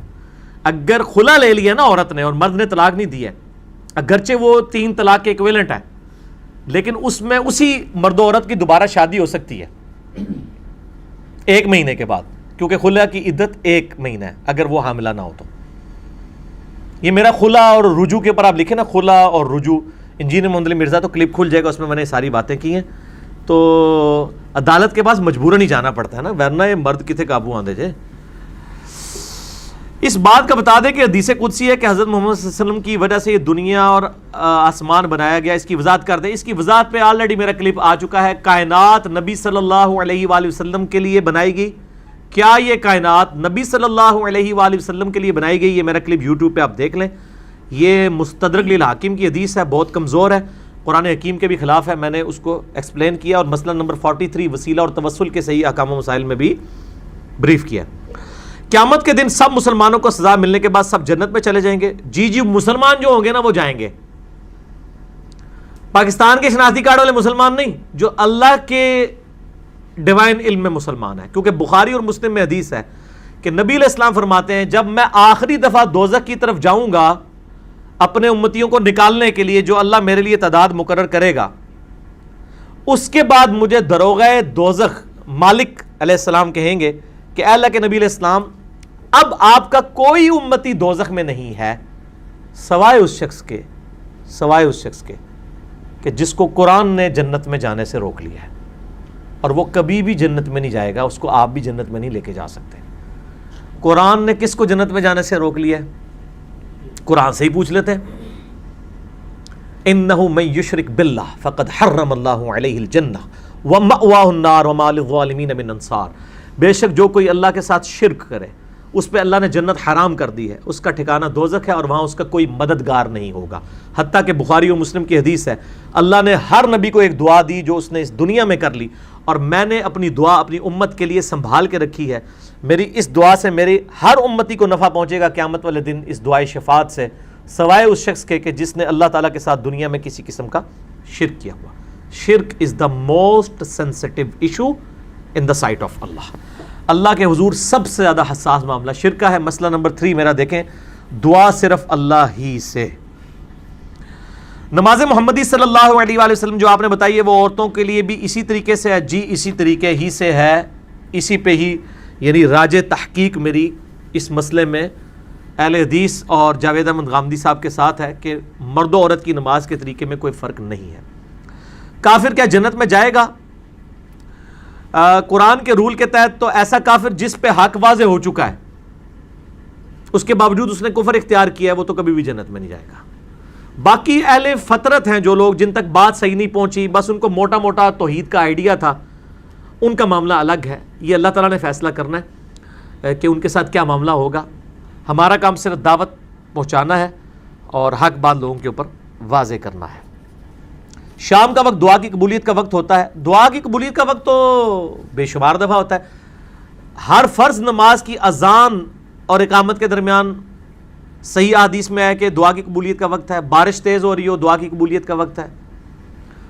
اور فرض نماز کے فوراً بعد دعا قبولیت کا وقت ہے. وہ ہم مانگتے ہی ہیں، سنت اذکار کرتے ہیں. شام کے وقت والا مجھے نہیں پتا، بس شام کے اذکار تو اس وقت کریں. عصر کے بعد قرآن پڑھا جا سکتا ہے، بالکل پڑھا جا سکتا ہے. یہ جو اوقات کی ممانعت ہے یہ صرف نماز کی ہے، اور نماز بھی وہ جس میں سجدہ اور رکوع ہوتے ہیں. نماز جنازہ بھی مکروہ اوقات میں پڑھا جا سکتا ہے. مسئلہ نمبر 30 میرا نمازوں کے اوقات کے اوپر ریکارڈڈ موجود ہے. تسبیح فاطمہ سوتے وقت پڑھنا سنت ہے، بالکل سنت ہے. نبی علیہ السلام نے تعلیم فرمائی ہے 33 دفعہ سبحان اللہ، 33 دفعہ الحمدللہ، 34 دفعہ اللہ اکبر. سنت ہر وہ عمل ہے جو آپ علیہ السلام نے خود کیا یا آپ نے تعلیم فرمایا. بخاری اور مسلم میں حدیث ہے یہ حدیث پوری روایت کی ہے سیدنا علی نے کہ سیدہ فاطمہ ایک غلام مانگنے کے لیے گئی تھی، کہ بھی پہلے تو 2-3 دفعہ گئی تو وہ شرم کے مارے واپس ہی آ گئی، مانگ ہی نہیں سکی. نبی علیہ السلام خود آئے اور حضرت علی کہتے ہیں میں اور فاطمہ ایک بسترے میں لیٹے ہوئے تھے، بخاری مسلم دونوں میں ہے. نبی علیہ السلام پاؤں کی جانب سے ہمارے بسترے میں داخل ہوئے، حتیٰ کہ آپ کے مبارک قدموں کی ٹھنڈک ہم نے اپنے سینے پہ محسوس کی. آپ پرائیویسی کا حال دیکھیں، سیدہ فاطمہ اور حضرت علی ایک بسترے میں ایک چادر کے نیچے ہیں، اور نبی علیہ السلام پاؤں کی طرف سے اپنی مبارک ٹانگیں اس میں داخل کر رہے ہیں، اور حضرت علی کہہ رہے ہیں ہم نے سینے پہ، یعنی سینے سے لگائے ہوں گے نا پھر قدم، وہ تبھی محسوس کی. اور پھر آپ نے کہا بھی کیوں آئی تھی بیٹی؟ انہوں نے پھر بھی نہیں کہہ سکی. حضرت علی نے کہا کہ میں نے بھیجا تھا، کہ دیکھیں ان کے ہاتھ کے اوپر کتنے نشانات پڑ گئے ہیں، چکی بھی چلاتی ہیں. یہ ہماری آج کی انڈیا پاکستان کی عورتیں ہیں جو کہتی ہیں جی عورت کے ذمہ سے کچھ بھی نہیں ہے. حضرت فاطمہ کے ذمہ سارا کچھ سی، ٹھیک ہے، وہ چکی بھی چلاتی تھی، یہ سارے کام کرتی تھی. اور پھر یہ جو وائزین ہیں بڑا حساس کے اس قسم کی باتیں عورتوں کو بتا بتا کے باغی کر رہے ہوتے ہیں. تو پھر نبی علیہ السلام نے فرمایا میں تمہیں اس سے بہتر چیز دیتا ہوں کہ جب بسترے پہ آؤ 33 دفعہ سبحان اللہ، 33 دفعہ الحمدللہ، 34 دفعہ اللہ اکبر. اور یہ تسبیحات بخاری اور مسلم میں فرض نماز کے بعد بھی آئی ہیں. سمندر کے برابر بھی، جھاگ کے برابر بھی گناہ ہے تو دھل جائیں گے، بخاری مسلم کے الفاظ ہیں. 100 پورا کرنے کے لیے یا تو ایک دفعہ اللہ اکبر کہہ دیں، تینوں 33 دفعہ پڑھیں اور ایک دفعہ اللہ اکبر کہہ کے تو 100 ہو جائے گا، یا تینوں 33 دفعہ اور 100 پورا کرنے کے لیے لا الہ الا اللہ وحدہ لا شریک لہ لہ الملک ولہ الحمد وہو علی کل شیء قدیر. یہ ہمارے گرین کارڈ کے اوپر لکھا ہوا ہے. اور رات کو سوتے وقت جو ہے وہ 33 اور 34 ہے. 33 دفعہ سبحان اللہ، 33 دفعہ الحمدللہ، 34 دفعہ اللہ اکبر. اور سیدنا علی کہتے ہیں کہ نبی علیہ السلام نے جب وظیفہ دیا تو اس کے بعد میں نے کبھی بھی نہیں چھوڑا. لیکن یہ حدیث یہاں پہ ختم نہیں ہوتی. بخاری اور مسلم میں اسی حدیث کے آگے الفاظ ہیں کہ ایک تابعی نے پوچھا کہ جنگ صفین کی راتوں میں بھی آپ یہ وظیفہ کرتے تھے؟ اے جنگ جمل صفین ہے، وہاں تو جان نہیں تھوڑی چھوڑ سکتی، یہ ہر جگہ آئے گی، ہر جگہ آئے گی. اب یہ حضرت فاطمہ کی جو تسبیح فاطمہ والی حدیث ہے ادھر بھی صفین آئی ہوئی ہے. یہ حدیث پوری یوں ہے. مجھے وہ یاد آ گیا، جون 2012 کی بات ہے، شیخ زبیر علی زئی رحمہ اللہ تعالیٰ جمعہ پڑھانے کے لیے G10 کی مسجد میں آئے اسلام آباد. یہ میری آخری ملاقات تھی جو میں نے ان سے کی ان کی ہوش میں. اس کے بعد پھر 2013 میں تو قومے میں چلے گئے. تو انہوں نے جمعہ پڑھایا، تو جمعے کے دوران یہ حدیث آ گئی تسبیحات فاطمہ. اب میرے کان کھڑے ہو گئے، میں کہا جی بیٹھے نے سارے اہل حدیث، شیخ صاحب ادھی حدیث بیان کر دینے یا پوری؟ تو میں کہا انہوں نے جی ادھی کی تھی میں انہوں نے نہیں چھڈنا، میں تو پہلے کہنا کہ پوری حدیث بیان کرو. لیکن شیخ زبیر صاحب جب میں سامنے بیٹھا ہوں نا تو وہ ان کے 14 طبق روشن ہوتے تھے کہ میں نے کوئی ایسا معاملہ نہیں کرنا. پہلا تو انہوں نے حدیث بیان کرتے ہوئے لفظ استعمال کیا کہ مولا علی علیہ السلام نے، پہلے تو انہوں نے لفظ ہی مولا علی بولا. اچھا 2-3 بار بول کے پھر انہوں نے کلیئر کیا کہ مولا کا مطلب ہے دلی محبوب. اور پھر یہ حدیث بیان کر کے نا پھر اینڈ پہ کہتے ہیں کہ بھی ایک تابعی نے پوچھا کہ جنگ صفین کی راتوں میں بھی آپ یہ وظیفہ کرتے تھے تسبیحات فاطمہ والا؟ کیونکہ وہ آپ کے اوپر ایک مشکل وقت تھا، کیٹاسٹرافک کنڈیشن ہے، جنگ کے دوران ہے. تو مولا علی نے پھر اس کے جواب میں کہا کہ اللہ کی قسم میں نے صفین کی راتوں میں بھی یہ وظیفہ نہیں چھوڑا، میں نے ہمیشہ اس کو حرز جاں بنایا اس وظیفے کو. اور یہ یقین کریں اس وظیفے کو آپ عادت ڈالیں، پورے دن کی تھکاوٹ دور ہوگی. بیماری میں وظیفہ کریں، بیماری دور ہوگی. ایک معوذات صحیح مسلم میں آتا ہے، آخری 3 صورتیں نبی علیہ السلام کے گھر میں جب بھی کوئی بیمار ہوتا تھا آخری 3 صورتیں 3 دفعہ پڑھ کے اس پہ پھونک دیتے تھے. اور یہ والا وظیفہ صفین کی راتوں میں، میرا ایک دفعہ تھا میں نے کہا ایک کلپ بنایا جائے صفین کی راتوں میں اور آگے سوالیہ نشان اور یہ حدیث پوری بیان کی جائے. ویسے میں نے یہ حدیث بہت پہلے بھی بیان کی، 2012 میں بھی، جو صلاۃ و تسبیح پہ میرا مسئلہ نمبر 91 ہے اس میں میں نے یہ حدیث پوری بیان بھی کی تھی، صفین کی راتوں والا بھی. بعض لوگ ایاک نعبد پڑھتے ہیں، علماء سے سنا ہے کہ ایسے پڑھنا توحید کے مخالف ہے. لفظ نعبد ہے، نعبدو پڑھتے ہیں. نہیں نعبدو تو نہیں ہے لمبا، دال کے اوپر پیش ہے، وہ آدھا الف کھینچا جائے گا ایک حرکت. ایاک نعبد و ایاک نستعین، ٹھیک ہے. وہ نعبدو تو کوئی نہیں پڑھ رہا ہوتا. لفظ نعبد، نعبد تب ہے جب آپ وقف کریں. آدھی آیت میں تو آپ نے وقف نہیں کرنا نا، وہ تو ٹھیک ہے ایاک نعبد.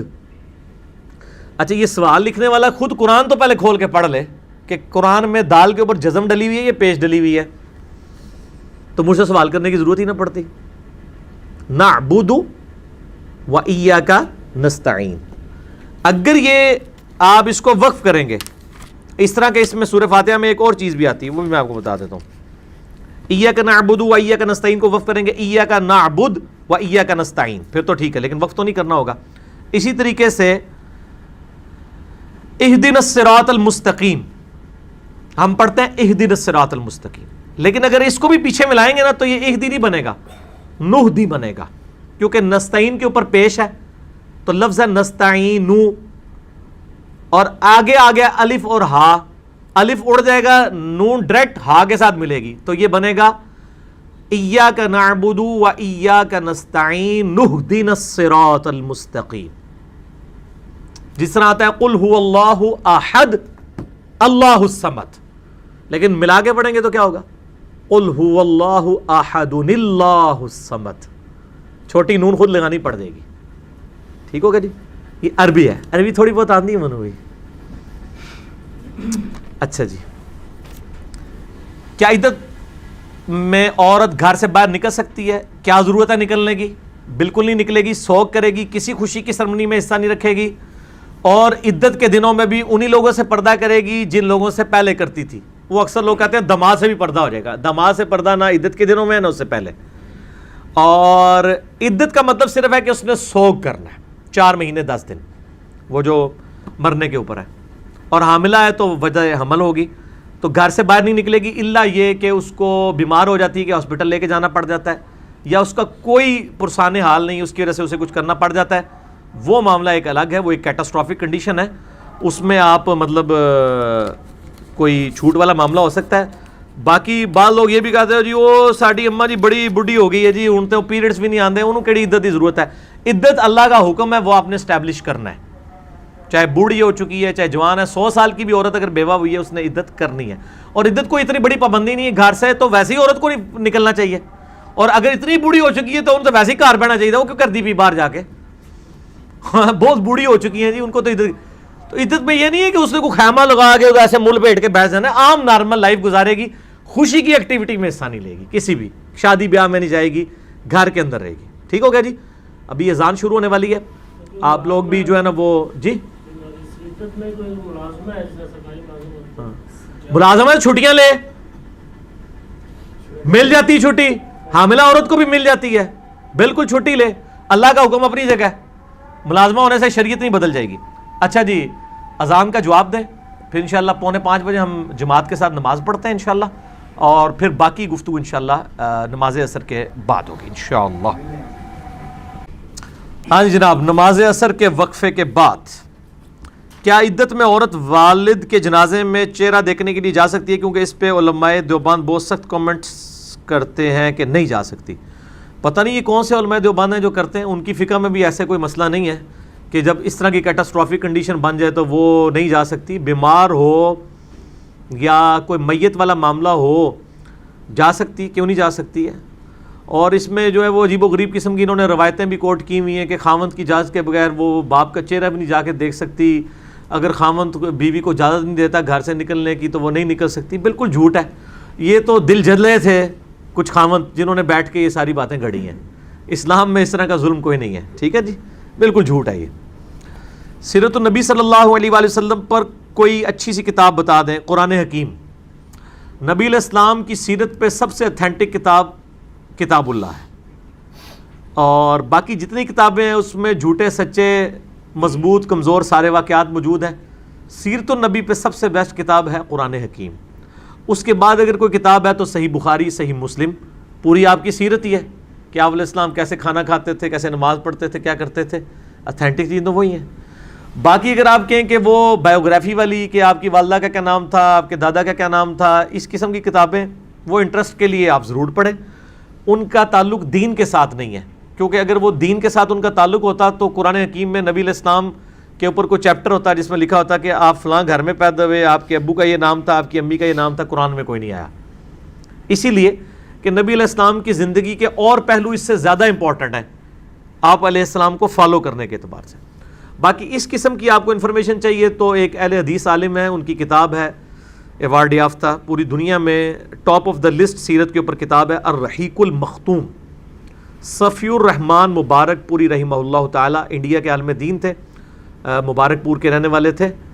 ان کی کتاب ہے الرحیق المختوم، آپ کو مل جائے گی. آپ کسی بھی اچھی دکان پہ جا کے کہیں سیرت کی ایوارڈ یافتہ کتاب بتائیں جس کو شیخ فیصل ایوارڈ، دنیا کا سب سے بڑا ایوارڈ ملا ہوا ہے، تو وہ آپ کو کتاب بتا دیں گے. 400-450 صفحوں کی کتاب ہے ایک ہی جلد کے اندر.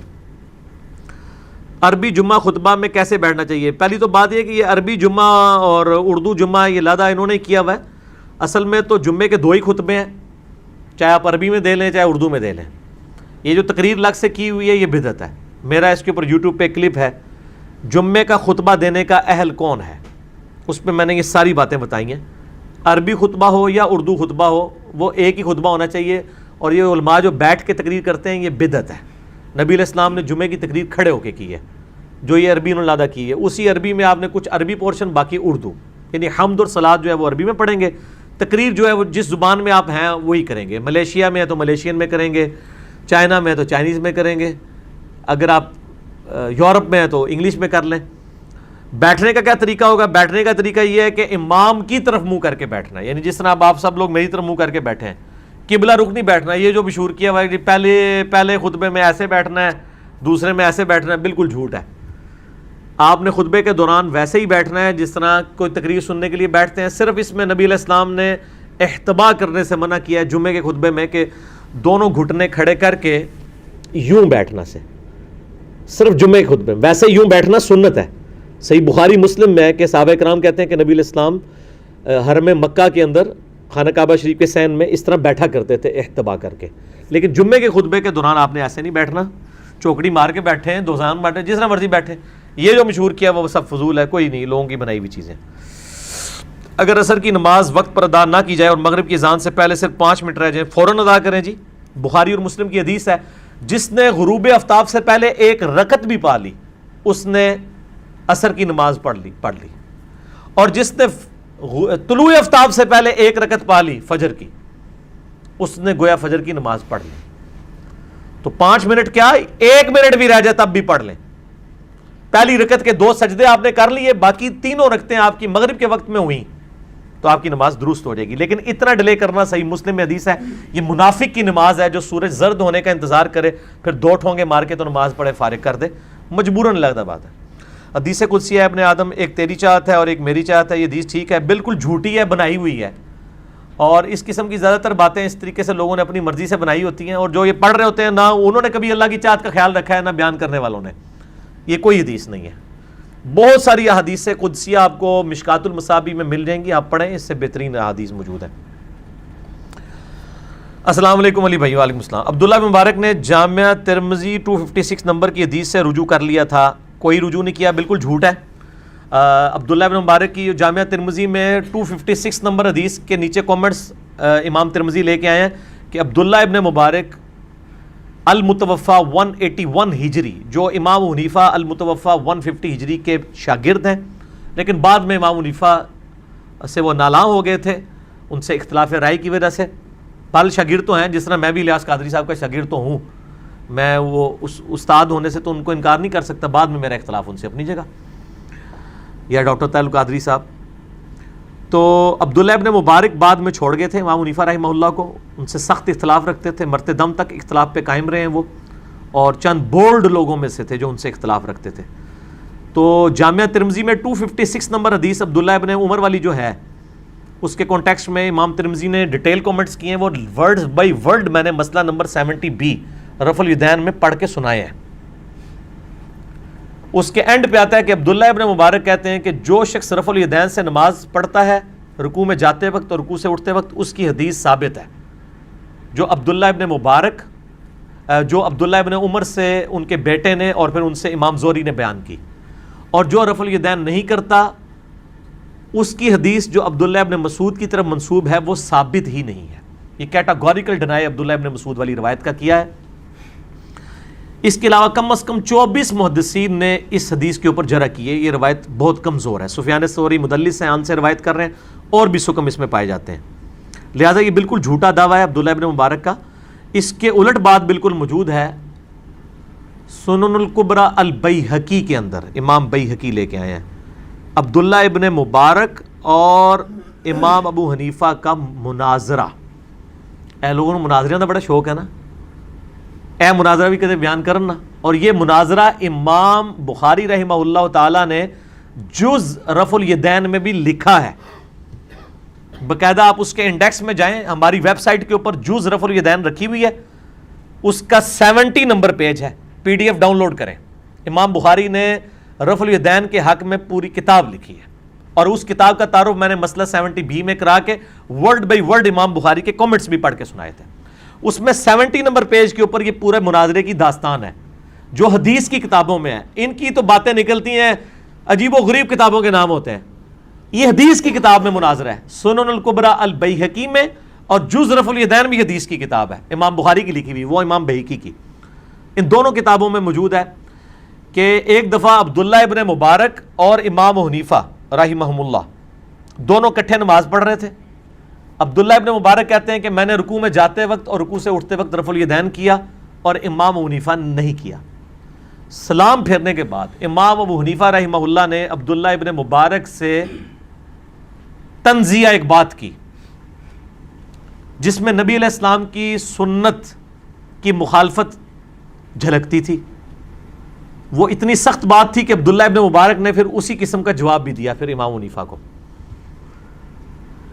امام حنیفہ رحمہ اللہ نے کہا کہ اے عبداللہ, جب تم نماز پڑھ رہے تھے تو مجھے لگا کہ تم اڑنے لگے ہو نماز میں, بار بار جو اپنے ہاتھ ایسے اٹھا رہے ہو پنکھوں کی طرح. نعوذ باللہ من ذالک ولیعوذ باللہ تعالی. ہم اللہ کی پناہ میں آتے ہیں کہ نبی علیہ السلام کی سنت کے بارے میں ایسے الفاظ استعمال کریں. جس نے کیے ہیں وہ جانے, اور اس کا اللہ کے معاملہ اللہ کے سپرد. ہم تو اپنی ذات کے اعتبار سے اسے توہین سمجھتے ہیں. تو عبداللہ ابن مبارک کو غصہ آیا. عبداللہ ابن مبارک نے پھر آگے سے اینٹی وینم الزامی جواب, پھکی والا جواب دے دیا. انہوں نے کہا کہ امام صاحب, اگر آپ پہلا رفع الیدین کرتے وقت نہیں اڑے نا تو میں دوسرا اور تیسرا کرتے وقت بھی نہیں اڑوں گا. یعنی پہلا تو تسی بھی کر دے ہو نا, تو تسی اگر پہلی فلائٹ نہیں اڑے تو میں دوسری تیسری تے کس طرح اڑ جانا سی. اچھا, یہ لکھنے کے بعد امام بخاری نے آگے نقل کیا امام وکی کا قول. امام وکی کا تو ان لوگوں نے تعارف ہو گیا, میں پچھلی بار دکھایا سی کہ امام وکی کہتے ہیں کہ میں تم سے حدیث بیان کرتا ہوں اور تم مجھے کہتے ہو کہ امام ابو حنیفہ رحمہ اللہ یا امام ابراہیم نخعی رحمہ اللہ یہ کہتے ہیں تمہاری یہ سزا ہے کہ تمہیں قید کر دیا جائے, اس وقت تک نہ چھوڑا جائے جب تک تم توبہ نہ کرو کہ تم نبی کی حدیث کے مقابلے پہ اماموں کے قول لاتے ہو. یہ جامعہ ترمذی سے میں نے بیان کیا تھا. مسئلہ نمبر 197 ٹروتھ ریویلنگ لیکچر میرا پچھلے ہفتے ریکارڈ ہو چکا ہے. اماموں کی گستاخی اور تقلید, اس کے حوالے سے ایک سمجھ لیں جس کو کہتے ہیں نا کہ کنکلوژن کرتی ہے, اس کا بہت اچھا فیڈ بیک آیا ہے.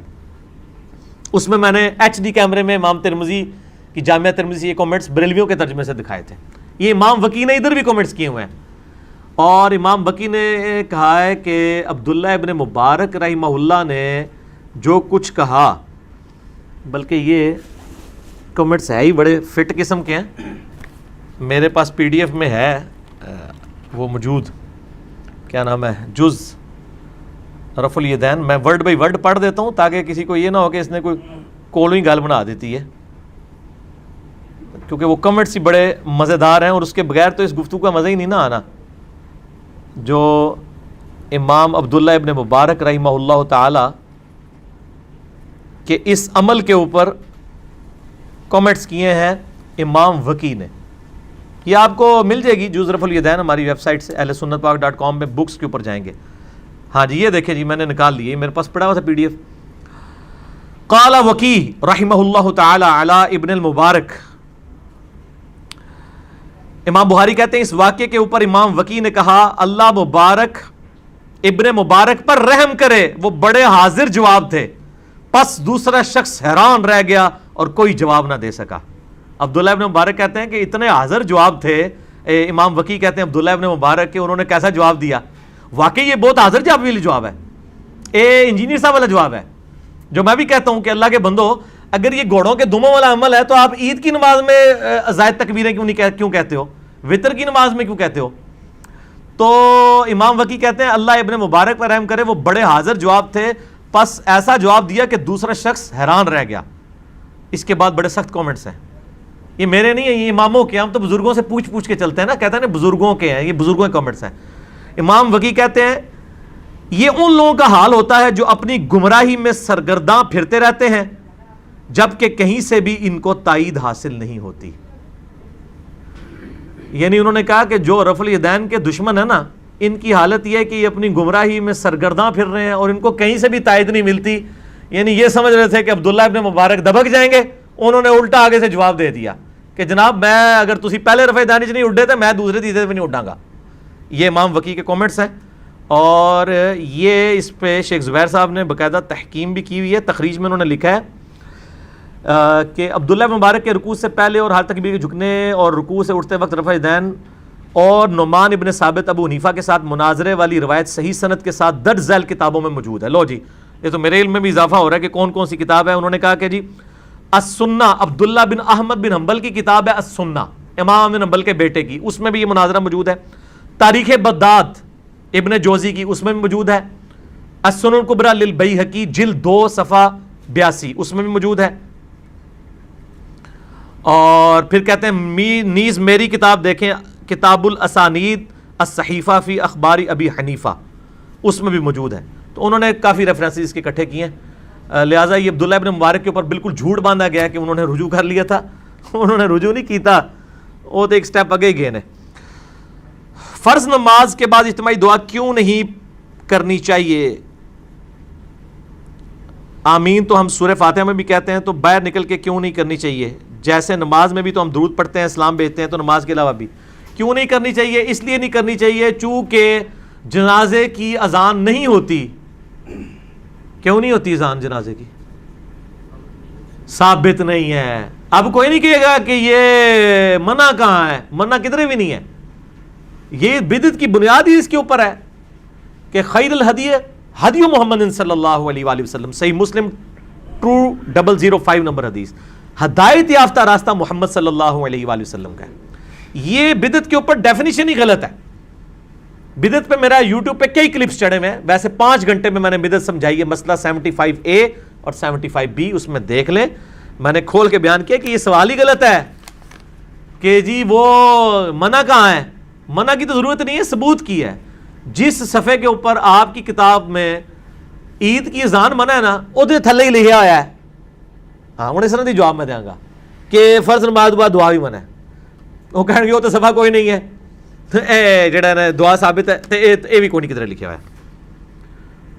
نبی علیہ السلام کا اس میں وہ جو حدیث ہے 2738 جامعہ ترمذی میں انٹرنیشنل نمبر کے مطابق، ایک شخص کو چھینک آئی عبداللہ ابن مبارک کے پاس، اس نے کہا الحمدللہ والسلام علی رسول اللہ۔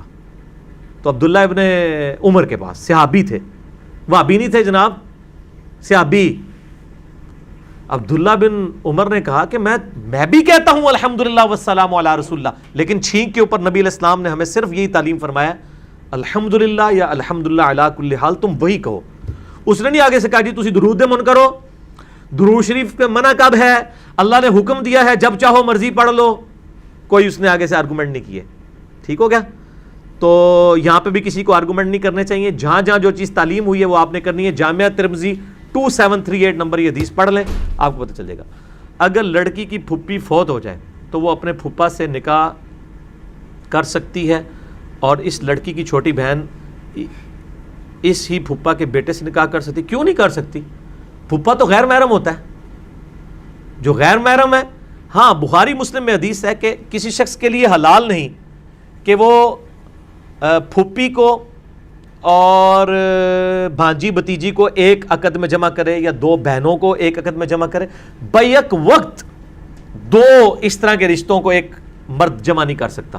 اور اس کا آسان سا فارمولہ ہے، جن 2 رشتوں کی آپس میں شادی نہیں ہو سکتی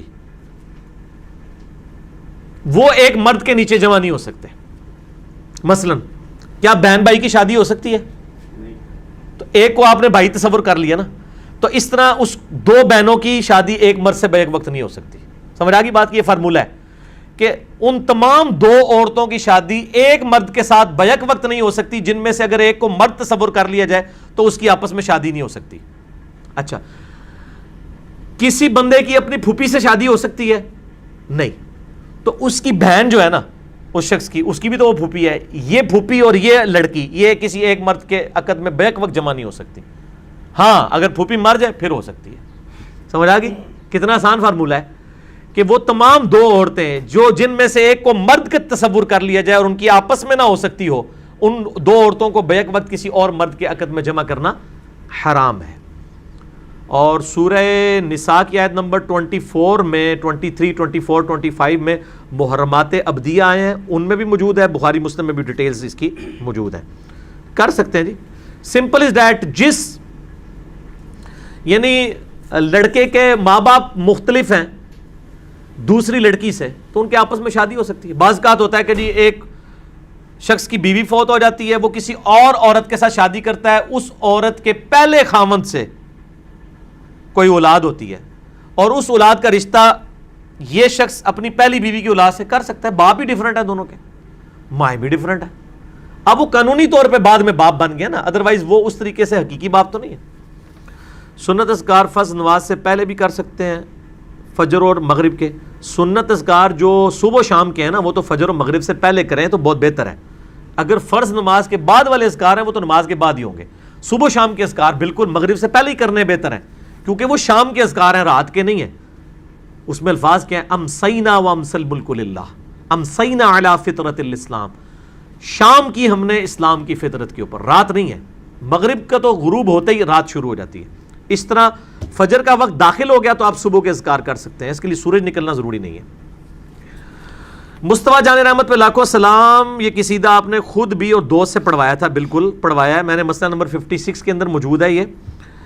اس کے آخری مصرے میں مصنف کا نام نہیں پڑھا اور مجھ سے خدمت کے قدسی کہیں وہاں. ہاں بالکل, یہ جان بوجھ کے ہی چھوڑ دیا گیا تھا اور وہ مولویوں کے فتوے کے لیے سے بچنے کے لیے کیا گیا تھا. باقی اس میں قطعاً ایسا نہیں تھا کہ ہم احمد بریلوی صاحب کی بجائے اس کو اپنی طرف منسوب کرنا چاہتے تھے, ورنہ تو اس کے شروع میں تعارف کروایا کہ احمد بریلوی صاحب کا کلام ہے, ہم نے انہی کی طرف منسوب کیا. لیکن جب اس طرح ناموں کے اعتبار سے ہم بات کرتے ہیں, وہ کہتے ہیں جی وہ پھر مخالفین کہنا شروع کر دیتے ہیں, ہم تو اس کو گمراہ سمجھتے ہیں, اس کو کیسے سلام پڑھوایا جا سکتا ہے. ایک نیا پنڈورا باکس کھل جاتا ہے. چونکہ شعر کے اندر الفاظ اس طرح کے تھے کہ وہ مجبوراً ہمیں اس کو چینج کرنا پڑا, ادروائز اگر ہم نے چھپانا ہوتا تو ہم مطلب یہ تعارف ہی نہ کرواتے ہیں. اور کئی ایک چیزیں ہیں جو ہے وہ ہم بعض کا اشعار کو چینج کر دیتے ہیں اس حوالے سے تاکہ اس کا معنی اس اعتبار سے بھی درست ہو جائے اور کسی کی اس حوالے سے دل شکنی والا معاملہ بھی نہ ہو. باقی اگر ہم نے اس کو اپنی طرف منسوب کیا ہوتا تو علمی خیانت ہوتی, وہ ہم نے نہیں کیا اللہ کے فضل سے.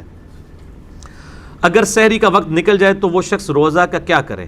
8 پیرا روزہ رکھ سکتا ہے, بالکل رکھ سکتا ہے جی, اگر وہ فرض روزہ ہے تو. نفلی روزہ نہ رکھے.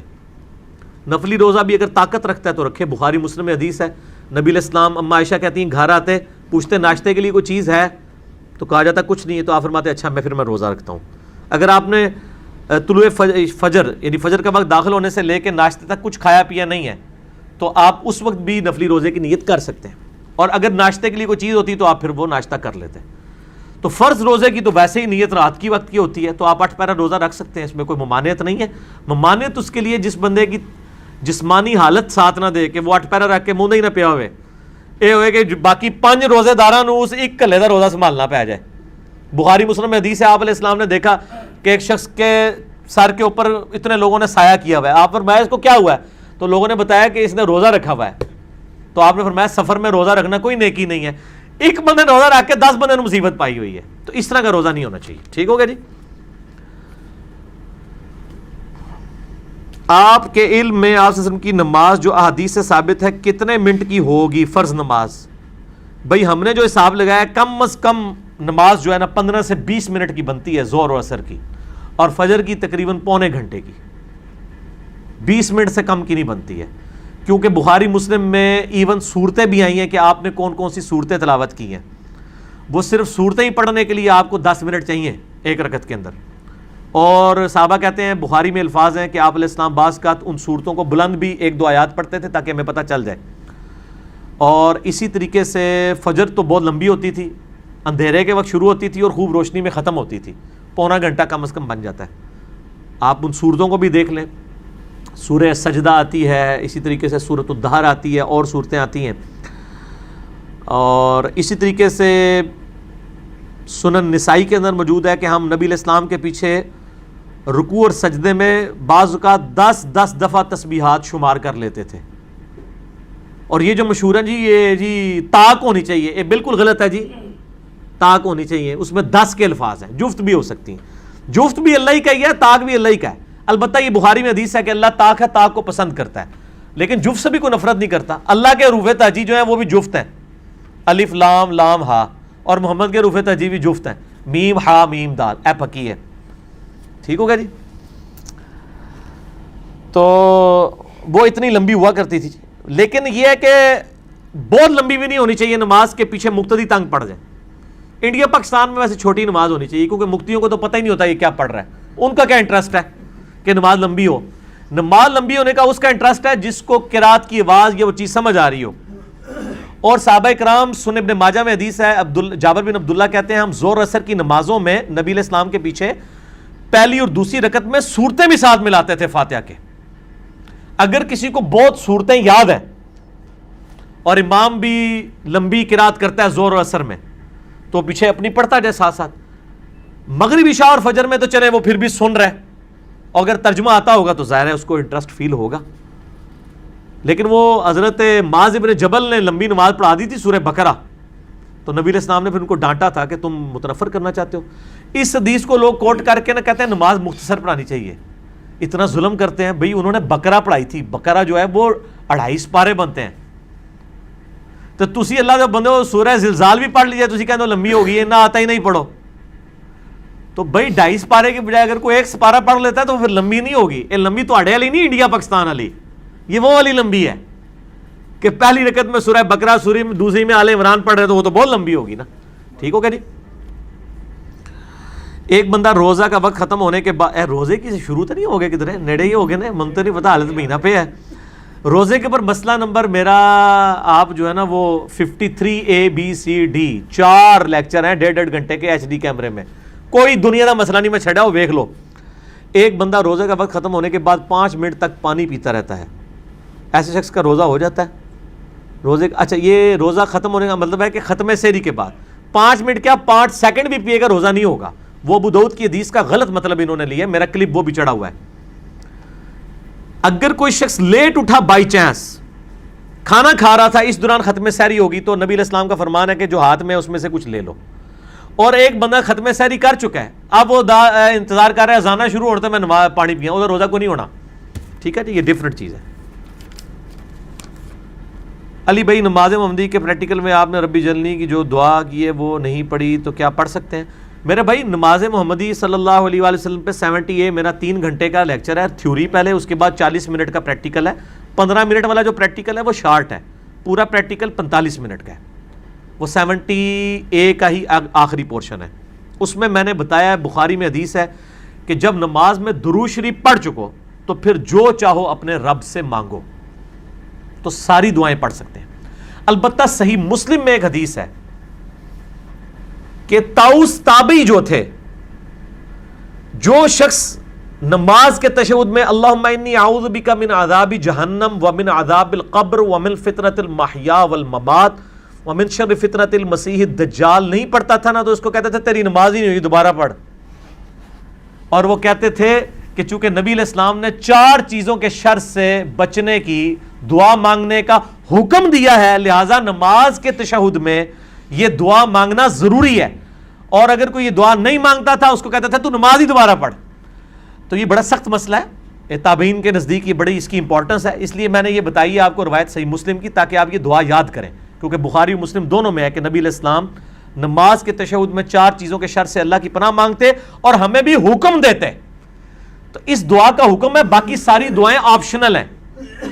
حکم جس دعا کا ہے وہ ایک ہی ہے، اللہم انی اعوذ بک من عذاب جہنم ومن عذاب القبر ومن فتنۃ المحیا والممات ومن شر فتنة المسیح الدجال، اے اللہ میں عذاب جہنم سے، عذاب قبر سے، زندگی اور موت کے فتنے سے اور مسیح دجال کے فتنے سے تیری پناہ میں مانگتا ہوں۔ تو یہ دعا آپ یاد کریں، نماز محمدی صلی اللہ علیہ وآلہ وسلم کی جو اوپر میرا ریسرچ پیپر نمبر 8 میں نے یہ دعائیں لکھی بھی ہوئی ہیں۔ اس کے علاوہ دعا اللہم ربنا آتنا فی الدنیا حسنہ وفی الآخرۃ حسنہ وقنا عذاب النار پڑھیں۔ حضرت ابوبکر صدیق کو صحیح بخاری میں آتا ہے، نبی علیہ السلام نے اسپیشل دعا سکھائی تھی تشہد میں پڑھنے کے لیے، اللہم انی ظلمت نفسی ظلما کثیرا ولا یغفر الذنوب الا انت فاغفر لی مغفرۃ من عندک وارحمنی انک انت الغفور الرحیم۔ اور جتنی دعائیں آپ کو یاد ہیں، دعائے ماثورہ، دعائے ماثورہ وہ ان دعاؤں کو کہتے ہیں جو کتاب و سنت کے اندر آئی ہیں۔ کیا جی؟ علماء کرام فرماتے ہیں ایمان کی حفاظت کا ایک ذریعہ کسی مرشد کامل سے مرید ہونا بھی ہے، اور قرآن سے دلیل پیش کرتے ہیں یوم ندعو کل اناس بامامہم، صدقے جاؤں میرے بھائی یہ سورہ بنی اسرائیل میں یہ جو آیت ہے کہ قیامت والے دن ہر شخص کو اس کے امام کے ساتھ بلایا جائے گا، تو قرآن جن کو امام کہہ رہا ہے پھر انہی اماموں کے ساتھ بلایا جائے گا نا۔ اگر آپ کے اماموں کے اور آپ کے بزرگ بابوں کے نام قرآن میں لکھے ہوئے ہیں تو یہ وہ والے امام ہوں گے، اور اگر اس امام سے وہ والے امام مراد لینے جو قرآن نے خود بتائے ہیں، کیڑے لینے جے؟ جے مسلمان ہو تو پھر وہی لوگو گے، جے کچھ اور ہو ہندو سکھ عیسائی تو پھر جو مرضی لیندے رہو۔ قرآن نے کیا بتایا ہے؟ قرآن نے بتا دیا کہ ہر شخص کو جو اس کے امام کے ساتھ بلایا جائے گا وہ امام کون ہوگا، وہ سورہ النساء کی آیت نمبر 41 میں ہے، جس کے کانٹیکسٹ میں میرا پورا لیکچر ہے، مسئلہ نمبر 121، قیامت والا دن بزرگ خود ہی دشمن ہو جائیں گے اپنے فالورز کے۔ اس میں نے یہ بتایا کہ آیت نمبر 41 جو ہے نا سورہ نساء کی، اس میں آتا ہے کہ وہ وقت کیسا ہوگا کہ اے نبی علیہ السلام جب ہم ہر امت میں سے ایک گواہ کو اٹھائیں گے اور آپ کو گواہ اٹھائیں گے اپنی امت کے خلاف۔ ہر امت میں سے ایک گواہ کون ہوگا؟ اس نبی کا، اس امت کا نبی، اور آپ کو آپ کی امت کے خلاف اٹھائیں گے لیڈرشپ کے طور پہ۔ بخاری مسلم میں اس آیت کے کانٹیکسٹ میں حدیث ہے کہ عبداللہ ابن مسعود رضی اللہ تعالیٰ عنہ سے نبی علیہ السلام نے فرمایا عبداللہ قرآن سناؤ۔ اس نے کہا یا رسول اللہ قرآن تو آپ پہ نازل ہوا ہے، میں سناؤں قرآن؟ آپ فرمایا عبداللہ مجھے دوسروں سے سن کے لطف آتا ہے۔ تو عبداللہ ابن مسعود کہتے ہیں میں نے سورہ نساء کی تلاوت شروع کی، اور تلاوت کرتے کرتے کرتے جب میں ان آیات کے اوپر پہنچا، سورہ نساء کی آیت نمبر 41 کے اوپر، آپ ذرا امیجن کریں نا جن ہستی پہ یہ آیت نازل ہوئی ہے ان کے لیے کتنے بڑا امتحان ہے۔ امت تو کہہ رہی ہے کہ جی جو کچھ بھی ہے تیرے محبوب کی امت سے ہے، اور محبوب کو اس اعتبار سے کتنی فکر ہے امت کی کہ ان کو پتہ ہی نہیں ہے کہ میں نے تو شکایت لگانی پڑ جانی ہے۔ سورۃ الفرقان کی آیت نمبر 30 ہے وقال الرسول یا ربی ان قوم اتخذوا ھذا القرآن مہجورا، نبی علیہ السلام قیامت الدن شکایت کریں گے اللہ میری قوم، میری امت نے قرآن کو پیچھے پھینک دیا تھا، اور نبی علیہ السلام کو اس بات کی خود ٹینشن تھی کہ مجھے اپنی امت کے خلاف گواہی دینی پڑے گی، لیکن امت کہتی ہے اللہ جو کچھ بھی ہے تیرے محبوب کی امت سے تک ہی جائے گی، پتہ چل جائے گا، پتہ نہیں چلے گا، لگ پتہ جائے گا۔ یہ آیت سورہ نساء کی آیت نمبر 41، اعوذ باللہ من الشیطان الرجیم، فَكَيْفَ إِذَا جِئْنَا مِن كُلِّ أُمَّةٍ بِشَهِيدٍ، وہ کیسا وقت ہوگا جب ہم ہر امت میں سے ایک گواہ کو، ایک امام کو کھڑا کریں گے، وَجِئْنَا بِكَ عَلَىٰ هَٰؤُلَاءِ شَهِيدًا، اور اے نبی علیہ السلام آپ کو گواہ کے طور پر کھڑا کریں گے ان مشرکین عرب اور آپ کے مخالفین کے خلاف۔ تو جب اس آیت پہ پہنچے تو عبداللہ ابن مسعود کہتے ہیں کہ نبی علیہ السلام نے کہا بس عبداللہ بس کرو۔ تو کہتے ہیں میں نے نگاہ اٹھا کے دیکھا تو نبی علیہ السلام کی داڑھی مبارک آنسوؤں سے تر ہو چکی ہوئی تھی کہ مجھے اپنی امت کے خلاف گواہی دینی پڑے گی قیامت والے دن۔ تو یہ امام یہ ہیں، یہ آپ کے بنائے ہوئے امام نہیں ہیں، ٹھیک ہے نا جی۔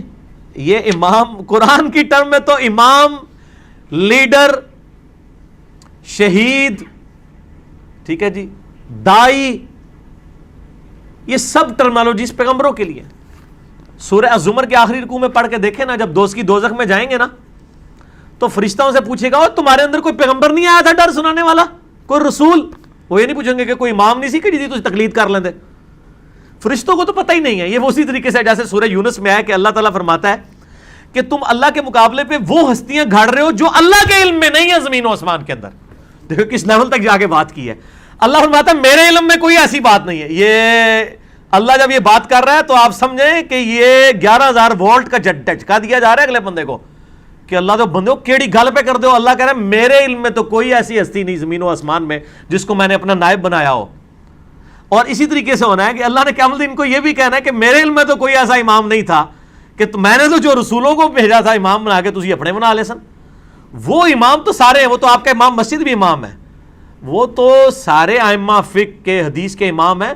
ان کی آپ یعنی تعلیمات سے فائدہ اٹھائیں گے, نہ کہ یہ کہ آپ ان کو پروفٹ کے درجے کے اوپر فائز کر دیں گے.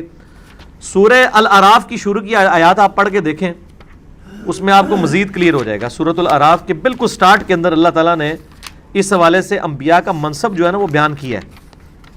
اعوذ باللہ من الشیطان الرجیم, بسم اللہ الرحمن الرحیم. آیت نمبر 7 میں وَلَنَقُصَّنَّ عَلَيْهِمْ بِعِلْمٍ, نہیں آیت نمبر 6 فَلَنَسْأَلَنَّ الَّذِينَ أُرْسِلَ إِلَيْهِمْ, ہم ضرور پوچھیں گے ان لوگوں سے جن کی طرف ہم نے رسولوں کو بھیجا کہ بھئی رسولوں نے پیغام پہنچایا کہ نہیں. وَلَنَسْأَلَنَّ الْمُرْسَلِينَ, اور ہم رسولوں سے بھی پوچھیں گے بھئی تم نے پیغام میرا پہنچایا کہ نہیں. رسولوں کو بھی پوچھا جائے گا کہ آپ نے کام کیا ہے کہ نہیں, اور جن کی طرف آئے ان کو بھی پوچھا جائے گا کہ ہاں بھی رسولوں نے پیغام پہنچا. اسی لیے تو بخاری مسلم کی حدیث ہے نا, یوم النہر کا خطبہ, آپ علیہ السلام نے کیا کہا, اوہ میں نے لوگوں اللہ کا پیغام تم تک پہنچا دیا. صاحب نے کہا یا رسول اللہ پہنچا دیا. آپ نے 3 دفعہ اپنی شہادت کی انگلی آسمان کی طرف بلند کی, پھر ان کی طرف, اے اللہ گواہ رہنا, اے اللہ گواہ رہنا, اے اللہ گواہ رہنا. پھر آپ نے پھر فرمایا کہ اب یہ تمہاری ذمہ داری ہے کہ اس پیغام کو دوسرے لوگوں تک پہنچا دو. اور بسا اوقات جس کو پیغام پہنچایا جاتا ہے وہ زیادہ یاد رکھنے والا ہوتا ہے بنسبت اس کے جو پہنچا رہا ہوتا ہے. یہ حدیث کا جب پورشن بیان کیا کرتے تھے نا محدثین, اور کہا کرتے تھے صدق رسول اللہ, رسول اللہ نے سچ کہا. دین تو عربیوں میں نازل ہوا تھا, یاد اجمیوں نے رکھا. آپ کے ساری حدیث کے امام جو ہیں سب اجمی ہیں. امام بخاری رشیا کے, امام مسلم ایران کے, امام ابو داؤد, امام ترمذی افغانستان کے. ترمذ آج بھی ہے, وہ جب پاکستان نے نیٹو سپلائی لائن بند کر دی تھی تو ان دنوں وہ ترمذ شہر بڑا گونج رہا تھا کہ ترمذ کے ریلوے اسٹیشن پہ آیا کرے گا سامان. ابو داؤد ترمذی افغانستان کے. صرف ایک امام مالک ہیں جو مدینہ شریف کے رہنے والے ہیں, باقی سارے ائمہ فقہ کے ہوں حدیث کے ہوں سب کے سب اجمی ہیں. آپ دیکھ لیں اللہ تبارک و تعالیٰ نے اجمیوں سے کیسا کام لیا. تو یہ جو کہہ رہے ہیں نا کہ جی وہ مرید ہونا بھی ضروری ہے, مرشد کامل پہ میری پیری مریدی کی شرعی حیثیت آپ لکھیں نا, یوٹیوب پہ کلپ کھل جائے گا.